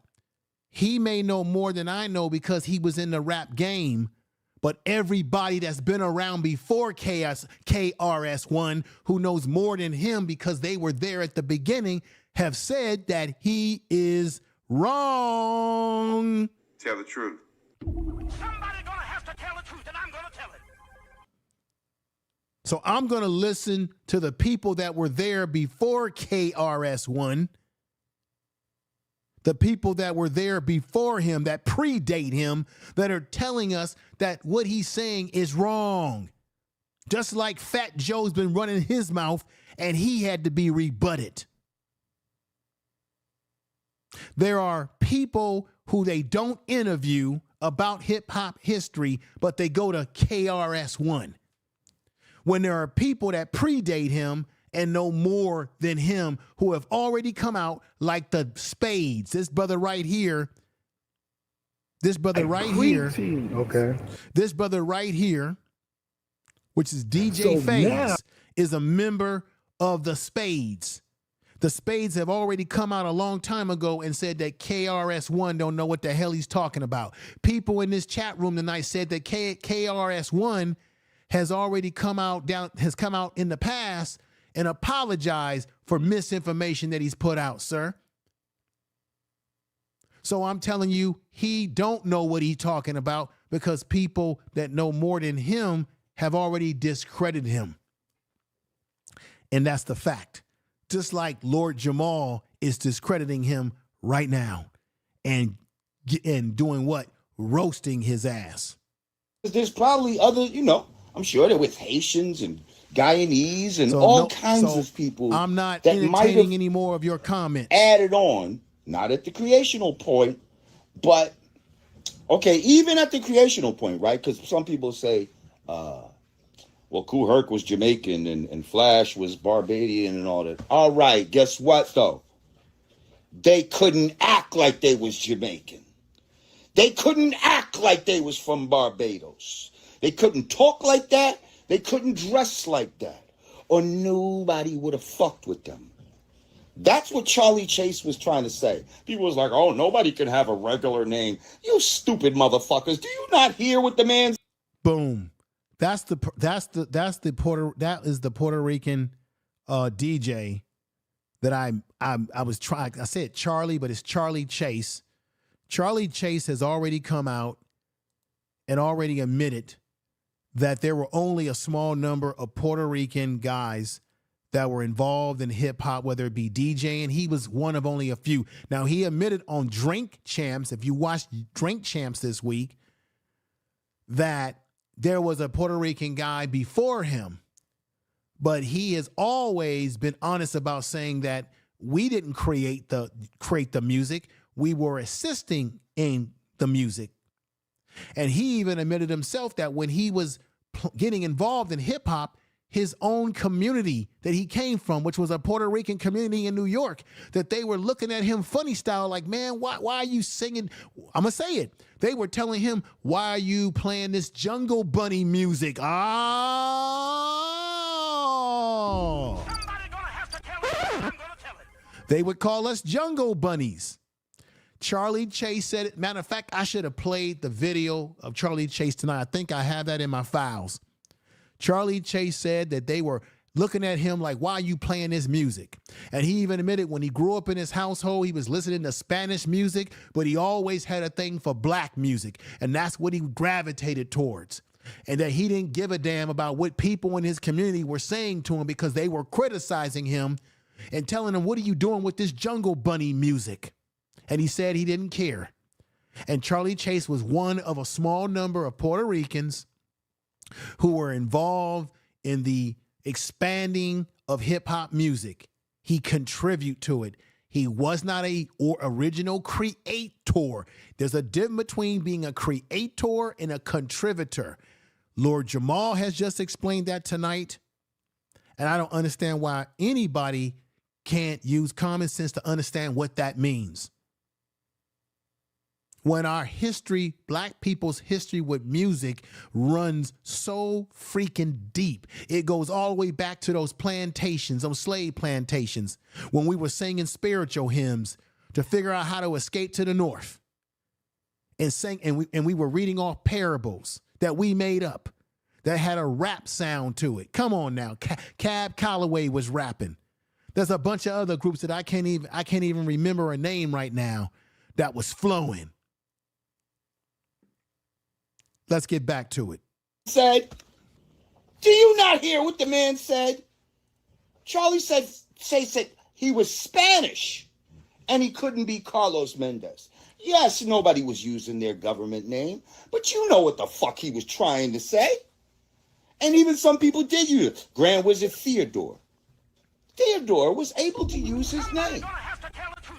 I don't know if Grand Wizard Carlos would have worked. Grand Wizard Julio wouldn't have worked. Sorry. So what the fuck are you talking about?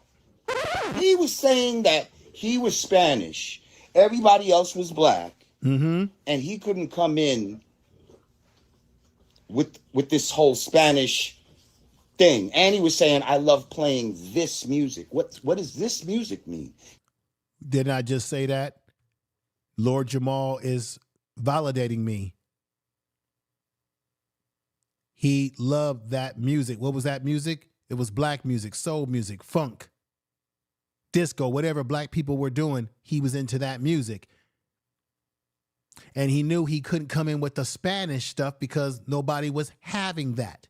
And on top of that, his own community was looking down on him for what they called, as I said before, why are you hanging out with the blacks and playing the jungle bungle music?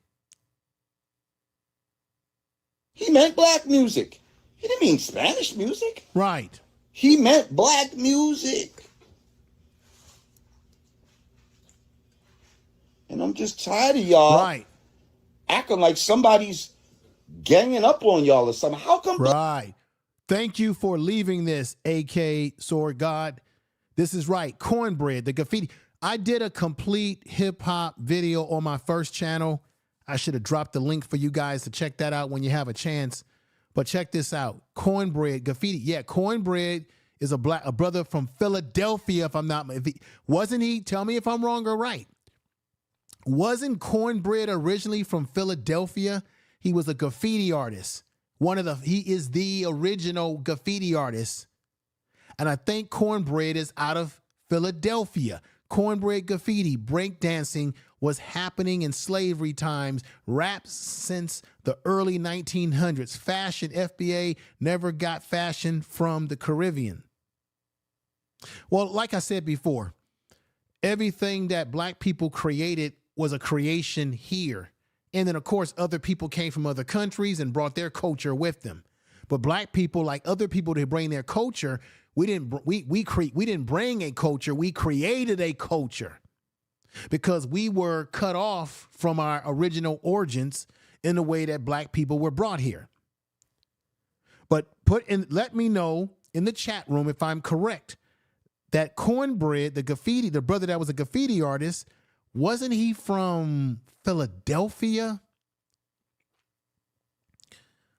Or was he from New York? I think Cornbread was from Philadelphia. Either way, he was from that East Coast area. Alicia, how you doing? Suge Love, good to see you. Everybody that's in the chat room. China Black, thank you for being here. Peppy, everybody that's in the chat room, I appreciate. Yeah, yes, Philly. See? Damn it, y'all. I'm not trying to boast or anything like that, but damn it, I know my shit. When my mind is working right, I know my shit. Thank you. Let's get back to my man, Lord Jamar. Black people are not allowed to have anything for ourselves. We can't have nothing. We got to share this shit with everybody. Everybody, how do you feel about that? Do you think that that's true? Tell the truth. Do you agree with Lord Jamar? Put sevens in the chat room. Does it seem like black people, everything that we do, other people want to gravitate towards it and then try to take and say, hey, share it? Like I said, I did that video about the Juneteenth concert with Kendrick Lamar. And there was a podcast where you had a group of Mexicans and they were feeling some kind of way about Kendrick Lamar's concert out there in Inglewood, California at the Forum, saying, hey, there was no Mexican representation. Check out that video on the channel. How do you all feel? And in that situation, same thing. Why is it every time that black people do something that's positive, everybody wants to latch on to it and then turn around and say, oh, we created it too? I see that as something that's happening a lot more, especially as we go into these we're in year 2024, and we go into these years that are moving forward. It seems like everything that we've created, other people now want to attach themselves to it by saying, hey, we created it with you, as if we're too dumb to remember our own history. It's crazy, y'all. It's pure, I would say, madness. Somebody gonna have to tell the truth, and I'm gonna tell it. Tell the truth. Let's get back to Lord Jamar. And we did share it. We are sharing it. We didn't say nobody can fuck with it. But goddamn, we can't get our fucking credit for fucking the work that we did. Right. Of really putting this shit down. And please stop with this 5-element shit. Okay? I don't even know who started that shit, to be honest. You know what I mean? Hip-hop is just MCing and it's DJing shit. And now it's like producing and shit like that, too. But all this graffiti and fucking breakdancing and shit like that. First of all, breakdancing isn't the only fucking hip-hop dancing. Thank you. I said that earlier in the show. Breakdancing is not the only form of what black people did when it came to dancing to rap music. It's one form of hip hop dance. Nobody ever talks about that. Remember, you got pop locking, you got strutting, you have the WAP, you have all kind of other. Let's hear Lord Jamar. That's one of many, man. We had the WAP, we had the fucking WAP. Patty I was Duke, right. the Spank, I was right. the fucking, the Rock, the Running Man, the baseball bat. Like, come on. Who was making those dances up? My sister, Don Levels. Yes, I definitely know that Mexicans aren't the same as Puerto Ricans. I'm not conflating the two. They both are Spanish speaking, but the cultures are completely different from one another. I totally understand that aspect. Thank you. Let's continue on with what Lord Jamar. Who is making those fucking dances up? And those dances come out every fucking week. The Bismarck, the Joski Love. What are you talking about? Breakdancing. That was one fucking thing that, again, we started, and when we put it down, Puerto Rican people picked it up.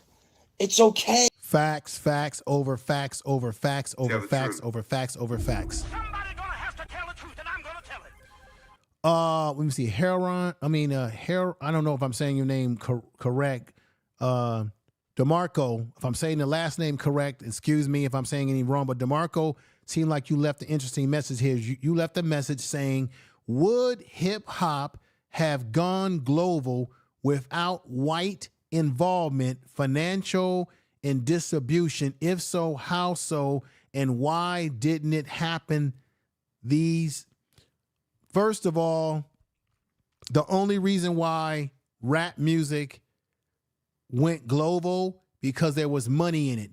What you notice about black people in our culture, whenever there's no money in something, nobody cares about it. I'm old enough to remember when I was breakdancing and pop locking before rap music became this multi-billion-dollar business, nobody really cared about it. Remember, there was a time when they believed that rap was not going to last, that it was going to sizzle out. For the most part, people thought it was just a fad. Remember, disco was the music that was popular, that was clashing with the street music of the youth. And then disco, what happened to disco? Disco faded out.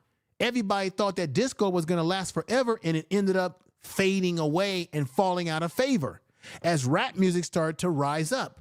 What happened is that white society saw that, hey, we could really make some money off of this. It's called what? Exportation. Anytime they see that they can make money off of something, then they include it.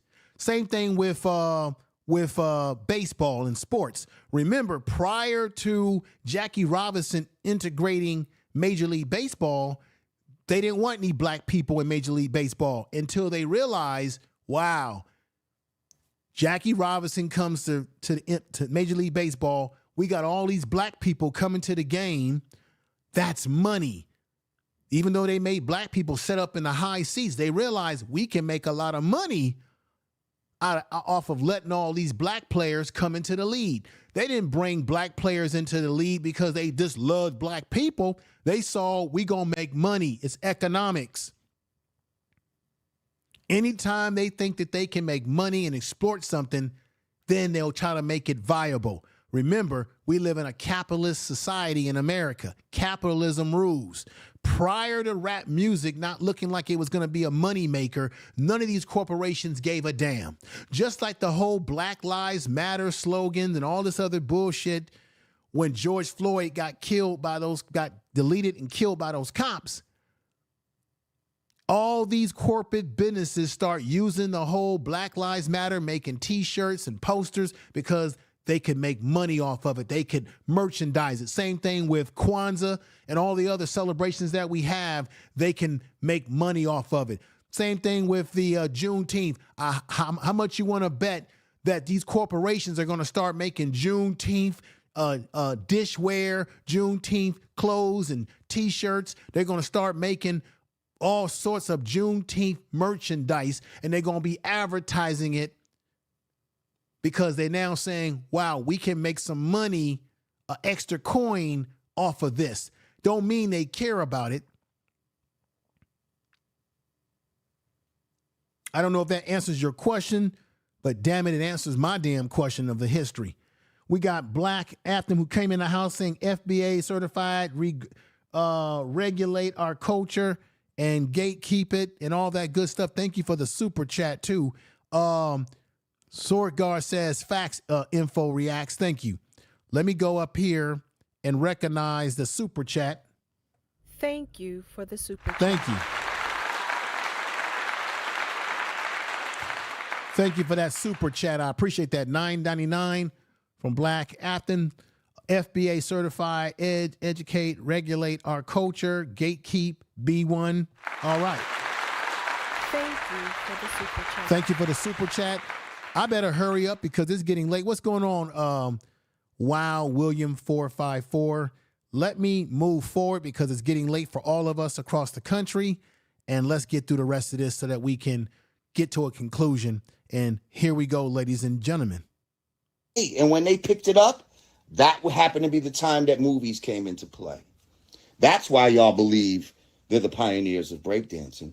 But I don't even necessarily feel that breakdancing per se is such an element of hip hop. You know what I mean? Graffiti too. Graffiti is something that existed way before hip hop. Some people will say hieroglyphics is graffiti, even though hieroglyphics are way deeper than that. But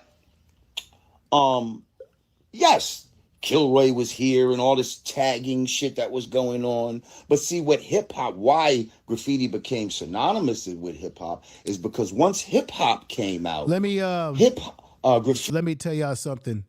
As it relates to Jamaican culture, like I said, I'm not going to disrespect anybody's culture.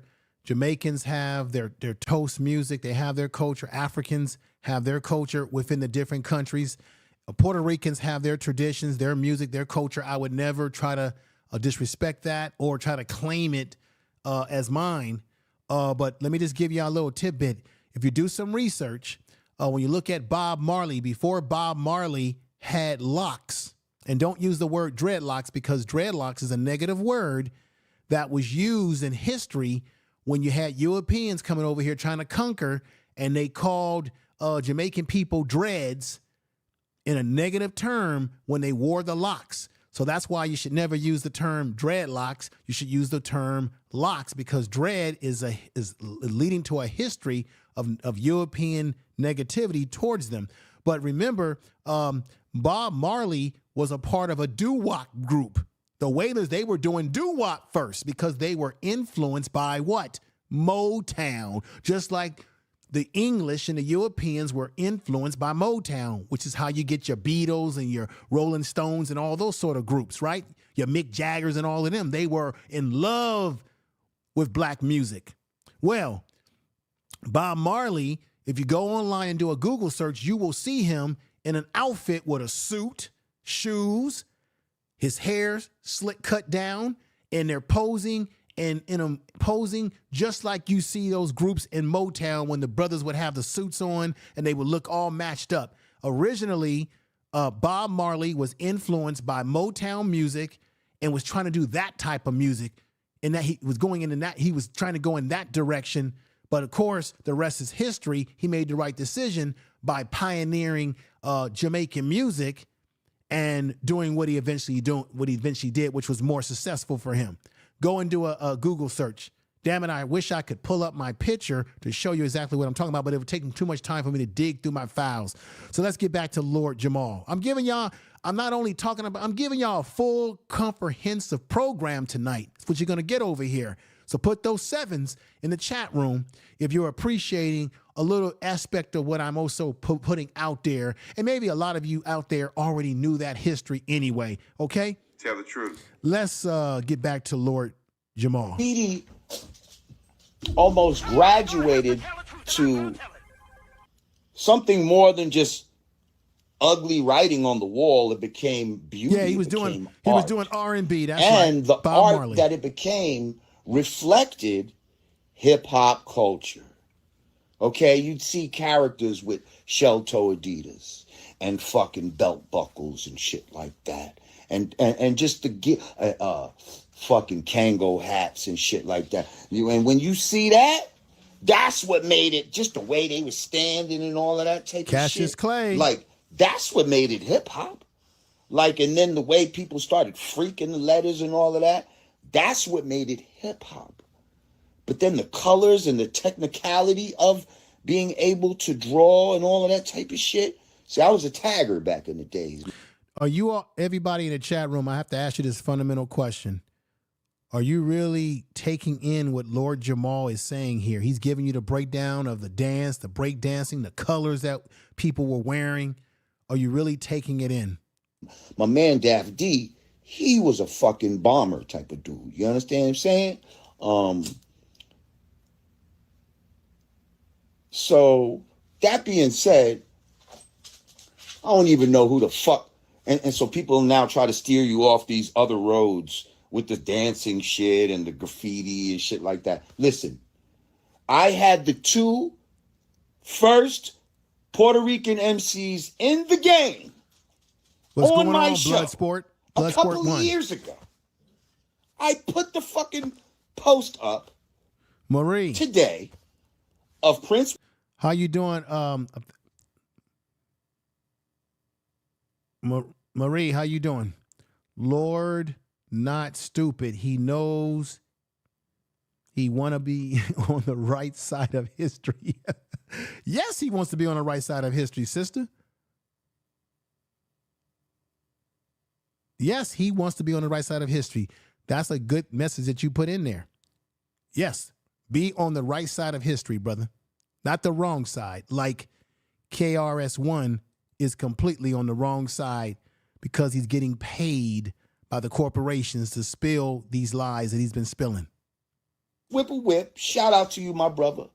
Ruby D, shout out to, man.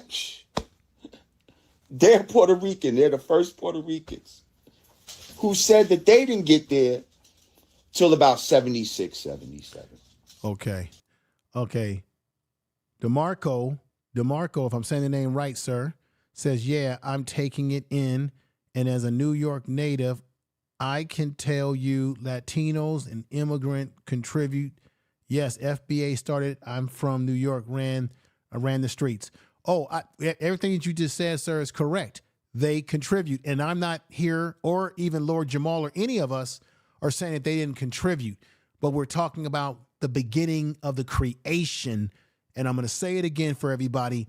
Rap music was created by youth. The preteens are the ones who created it.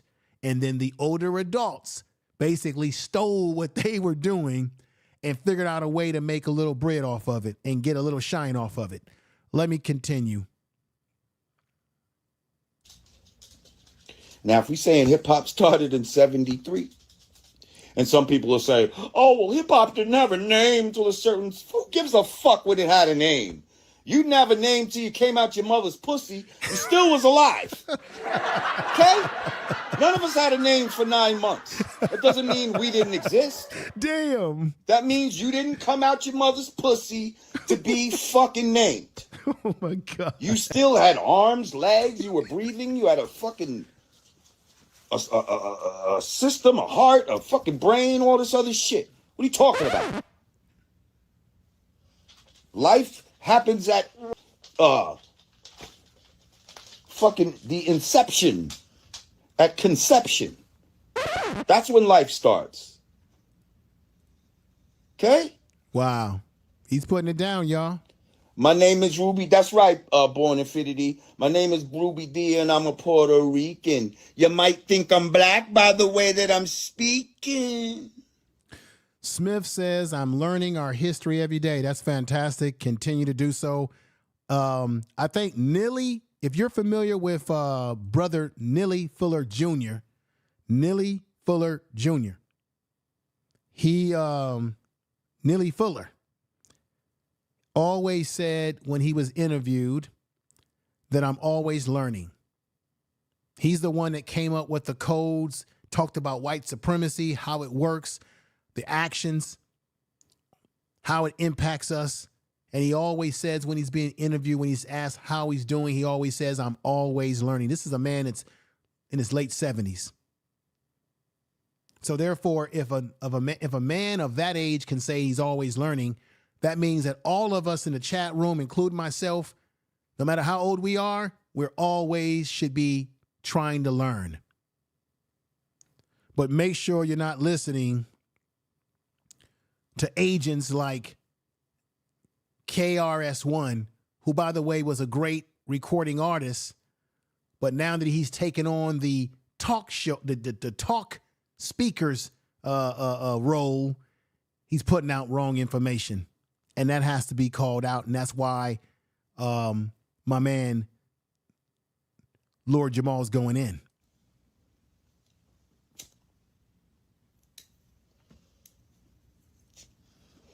So yeah, this all started when KRS-One made a video. I don't know where this video came from. I don't know how recent it was. But KRS-One made a video and saying everybody who is saying that Puerto Ricans did not have a hand in hip hop, in the beginning, are stupid. Some Latino scholar should do a book on this. When hip hop first started, it was blacks and Latinos.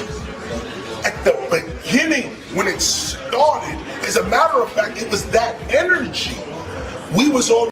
He's a damn lie, and the truth's not in him. Somebody gonna have to tell the truth, and I'm gonna tell it. I went on the page. Matter of fact, it was on Hip Hop Motivators page. I went on the page and proceeded to say, bullshit. Bullshit. I didn't explain nothing. I just said bullshit. Then shout out to my homegirl Wahida. She was on there, kind of maybe agreeing with it. And I said, listen, with all due respect, he's wrong. Regardless how official he sounds saying it. See, a motherfucker could say some shit that's not true, and man, it'll sound, if they could make that You're shit right, sound Porter. official as a motherfucker. Porter, we're always learning. That's what right. make it true. Mm-hmm. It doesn't make it true. And let me just say, I have love and respect for KRS-One. I have love and respect for Fat Joe. I have love and respect for T. Nicholson. Yes, all origins of life and DNA leads to Africa, but what black people created in America is a complete different culture that we created, living here, being in segregation, Jim Crow, all the things that have happened to us, Tulsa, Oklahoma, Rosewood. We created a whole different music genre, a whole different way we eat, the way we do things, the way we move. That's completely different from African culture. As a matter of fact, even Africans are influenced by what we do here in America. You see African kids in the continent of Africa trying to dress like us. Let's keep it real here. But you're right. All origins and DNA does come from there, but we're talking about culture. Our culture is not the same. Many of us haven't even been to Africa in our lives. Many of us are not practicing African culture in our daily lives. We're engaging in Black American culture. It doesn't negate what you're saying, that the DNA, yes, the origins of life and the place, yes, we never deny that. Thank you for coming over too. Buster Rhymes. Anybody that you could think of that they'll try to insert into this fucking thing. We're almost finished, ladies and gentlemen. We're almost finished. Okay? Like, but my love and respect doesn't extend to me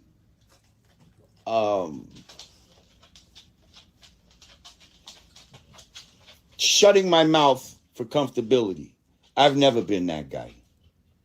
And I never will be that guy. I don't give a fuck. Okay? I don't give a fuck if you don't like me no more. If I'm mad, like, I don't really care. Because I stand on the truth. Okay? Like, I stand on the truth, and the truth will set you free. if I was lying and I was knowingly lying and doing this, well, then I would be a foul nigga. You know what I mean? And the universe Tell the truth. would fucking, you know what I mean? Would treat me as such. But that ain't what's happening. Because I'm telling the truth. If all you suck-ass niggas talk about, well, if this don't make me no money and all this stupid shit, shut the fuck up. Shut the fuck up. You sound fucking stupid. Talk about niggas holding on to this shit. You motherfucking right, we gonna hold on to what the fuck we created. Facts. It's bitch-ass niggas that let some shit go the minute somebody come up to them. Facts. Right? It's the tough nigga that when a nigga try to stick him up, he like, fuck that. You ain't getting shit, homie. But you bitch ass niggas will be, soon as a nigga come up on you, put his fucking finger in your back. Here, take my wallet. Pussy ass niggas, get the fuck out of here. He said, oh, take my wallet. We got to be honest. Somebody gonna have to tell the truth, and I'm gonna tell it. He's telling the honest damn truth, y'all. He's telling the truth, and y'all know it. Okay, we're almost through this, everybody. Just a few more minutes of, just a few more, not even a few, just a couple of seconds. Here we go. Me, sorry.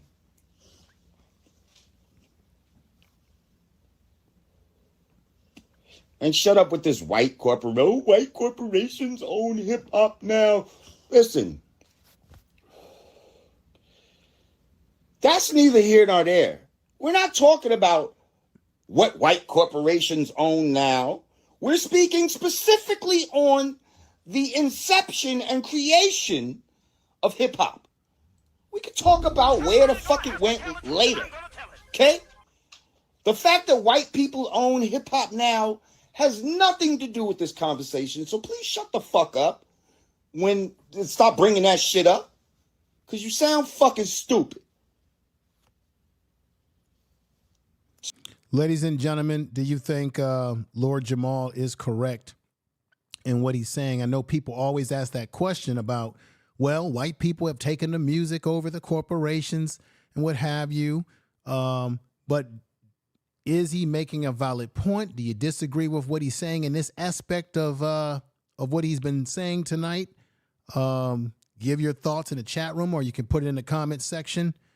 I think he's been cooking with grease and he's been on fire and all the things that he has said. And I wish there were more older statesmen in hip hop like himself that would really come out and speak in this manner and tell it like it is. Okay. I really wish Somebody gonna have to tell the truth, and I'm gonna tell it. that you would have more people that would be bold enough to say what needs to be said. Let's get back to the last minute of this.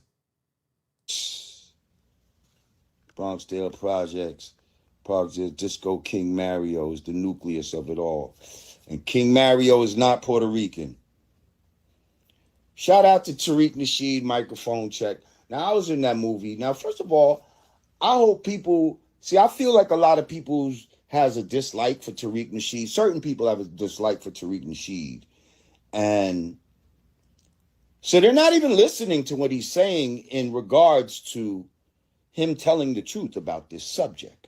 They believe that he's doing this to Pacific. You said, Anthony Cruz says, what if white people said the same thing about basketball? What has that got to do with hip hop music, which we know black people created?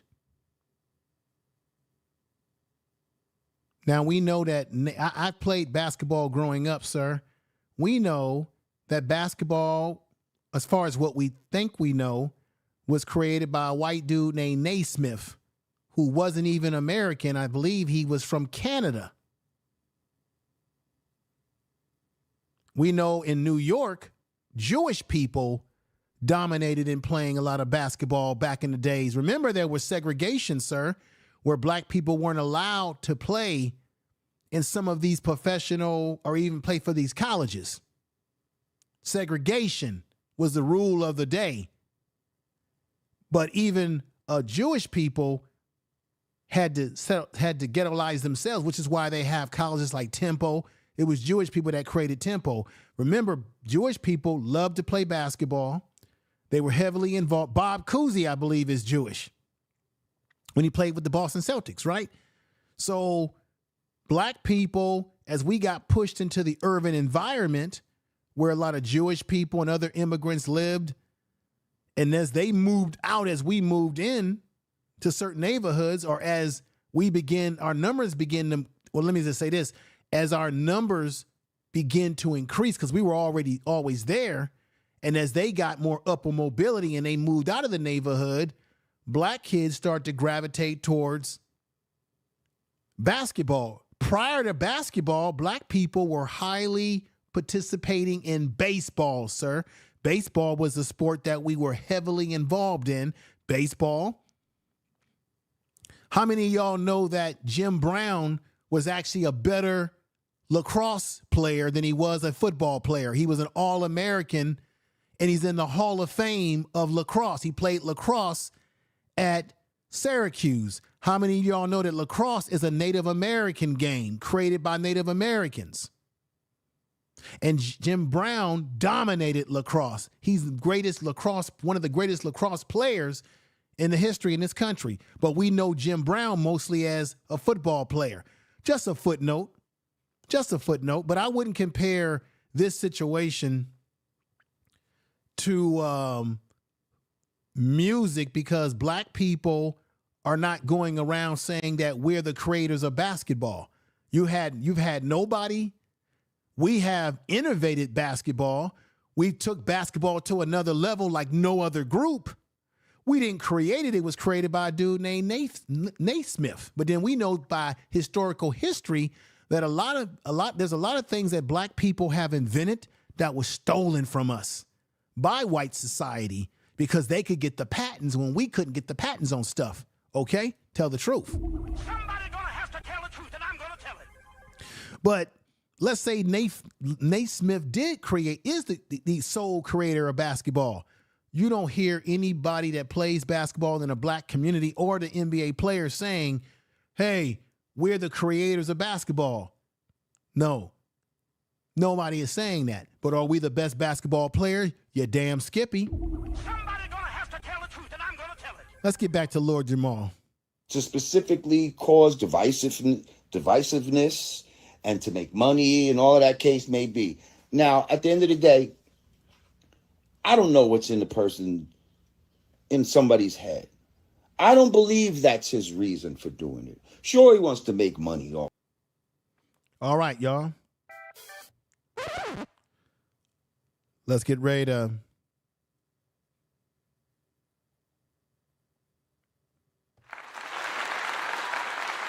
okay. FBA 1526ers says in 1925, Negro League players beat the KKK players. All right. Everybody, he said a bunch of nothing. Oh, I said a bunch of nothing? I know I said the truth. You just sat up here and said, what's the difference between Jewish people? I know what you're trying to do. You're trying to make the comparison and say, hey, what if Jewish people say that they created basketball or something of that nature? They didn't create basketball. And I also said to you that there's no black professional basketball players or any black people who have made claims that they have created basketball at the very beginning of it, as other groups are making claims that they created hip hop. There's no black person coming out saying that, hey, Naismith didn't create basketball. We created basketball. No, what you have is some of the best basketball players in history have been black. That's certified. Everybody knows about Wilt to Stilk, 100-point game he had. Everybody knows about Bill Russell. Everybody knows about Kareem Abdul-Jabbar.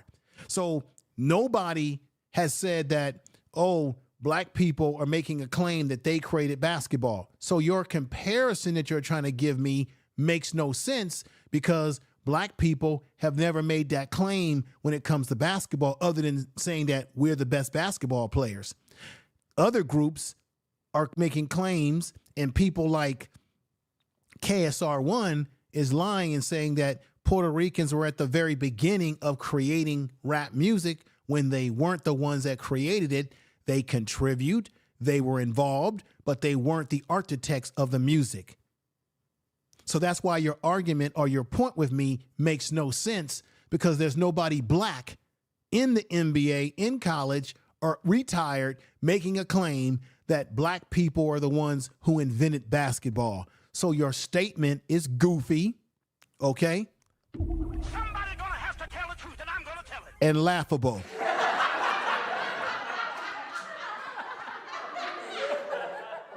All right, everybody.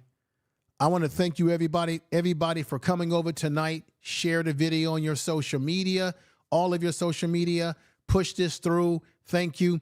I know that there's other people that have talked about Lord Jamar and played this video tonight, but what I do over here is I try to give you a full, comprehensive breakdown program, give you some facts.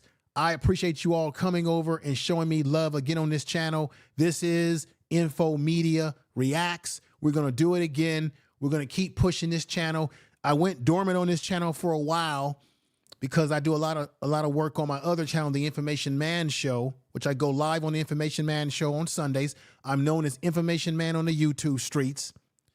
I used to be a part of the Sunday Rumble on O'Shea's channel some years ago. That's where I kind of got my notoriety from. People knew me from that.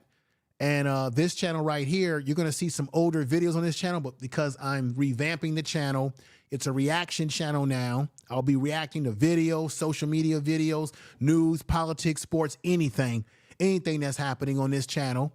And I'll be uploading videos as uploads. I'll be going live to put some new content on the channel as I phase the old content that's old on the channel. So bear with me there. Subscribe to the channel. Be a part of what we're doing over here. You are listening to Information Man. Please make sure to subscribe to his channel. And thank you all again. Somebody gonna have to tell the truth, and I'm gonna tell it. I'm going to say it again. I like KRS-One as a hip hop artist and the things that he did to contribute to hip hop. I just don't like this version of KRS-One because he's saying a lot of crazy stuff that is not factual. And this is where I stand with Lord Jamar, 10 toes down, that he's telling the truth. Tell the truth. Somebody's gonna have to tell the truth, and I'm gonna tell it. And that's just the way it is, everybody. With that said, you have a great night. Tell somebody that you love them. Hug the people that you love. Have a great week. Have a great weekend that's coming up. And you guess what? I'll be going live this upcoming weekend. I'll be hitting you with the next content, and keep it real. Keep it real. And make sure that guy, I did a video about that turtle guy, the guy that was on the Pop the Balloon. He's a complete fraud, y'all. A complete fraud. Matter of fact, I'm starting to wonder if the dude even is a plumber, even though he has lied about being fired from his plumbing job. I'm wondering if the dude is even a plumber, if he's just some fitness workout dude. He's weird, but he is a agent. He is a fool. And I've already put the videos out on that. Everybody's put the videos out to expose him, and we're going to keep it going over here. So y'all take care. I appreciate the support tonight. Share the videos. Tell someone you love them. And this is Info Media signing out tonight. Take care, y'all. Peace. Peace. Y'all have a good night.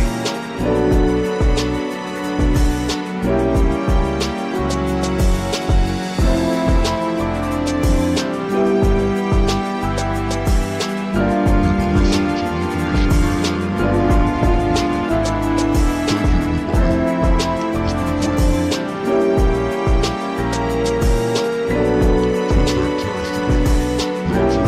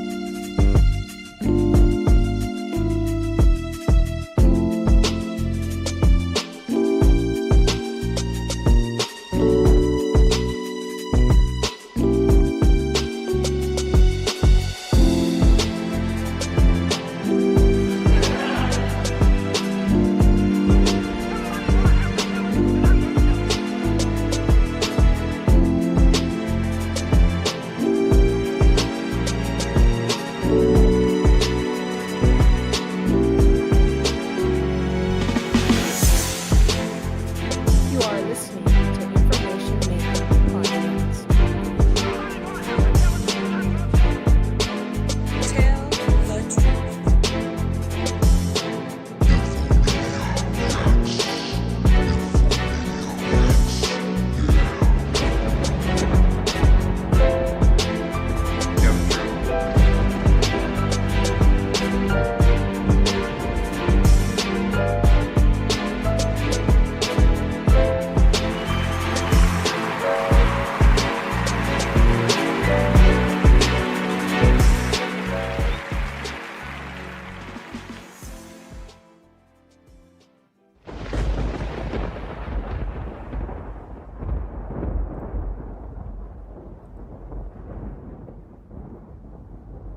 Tell the truth.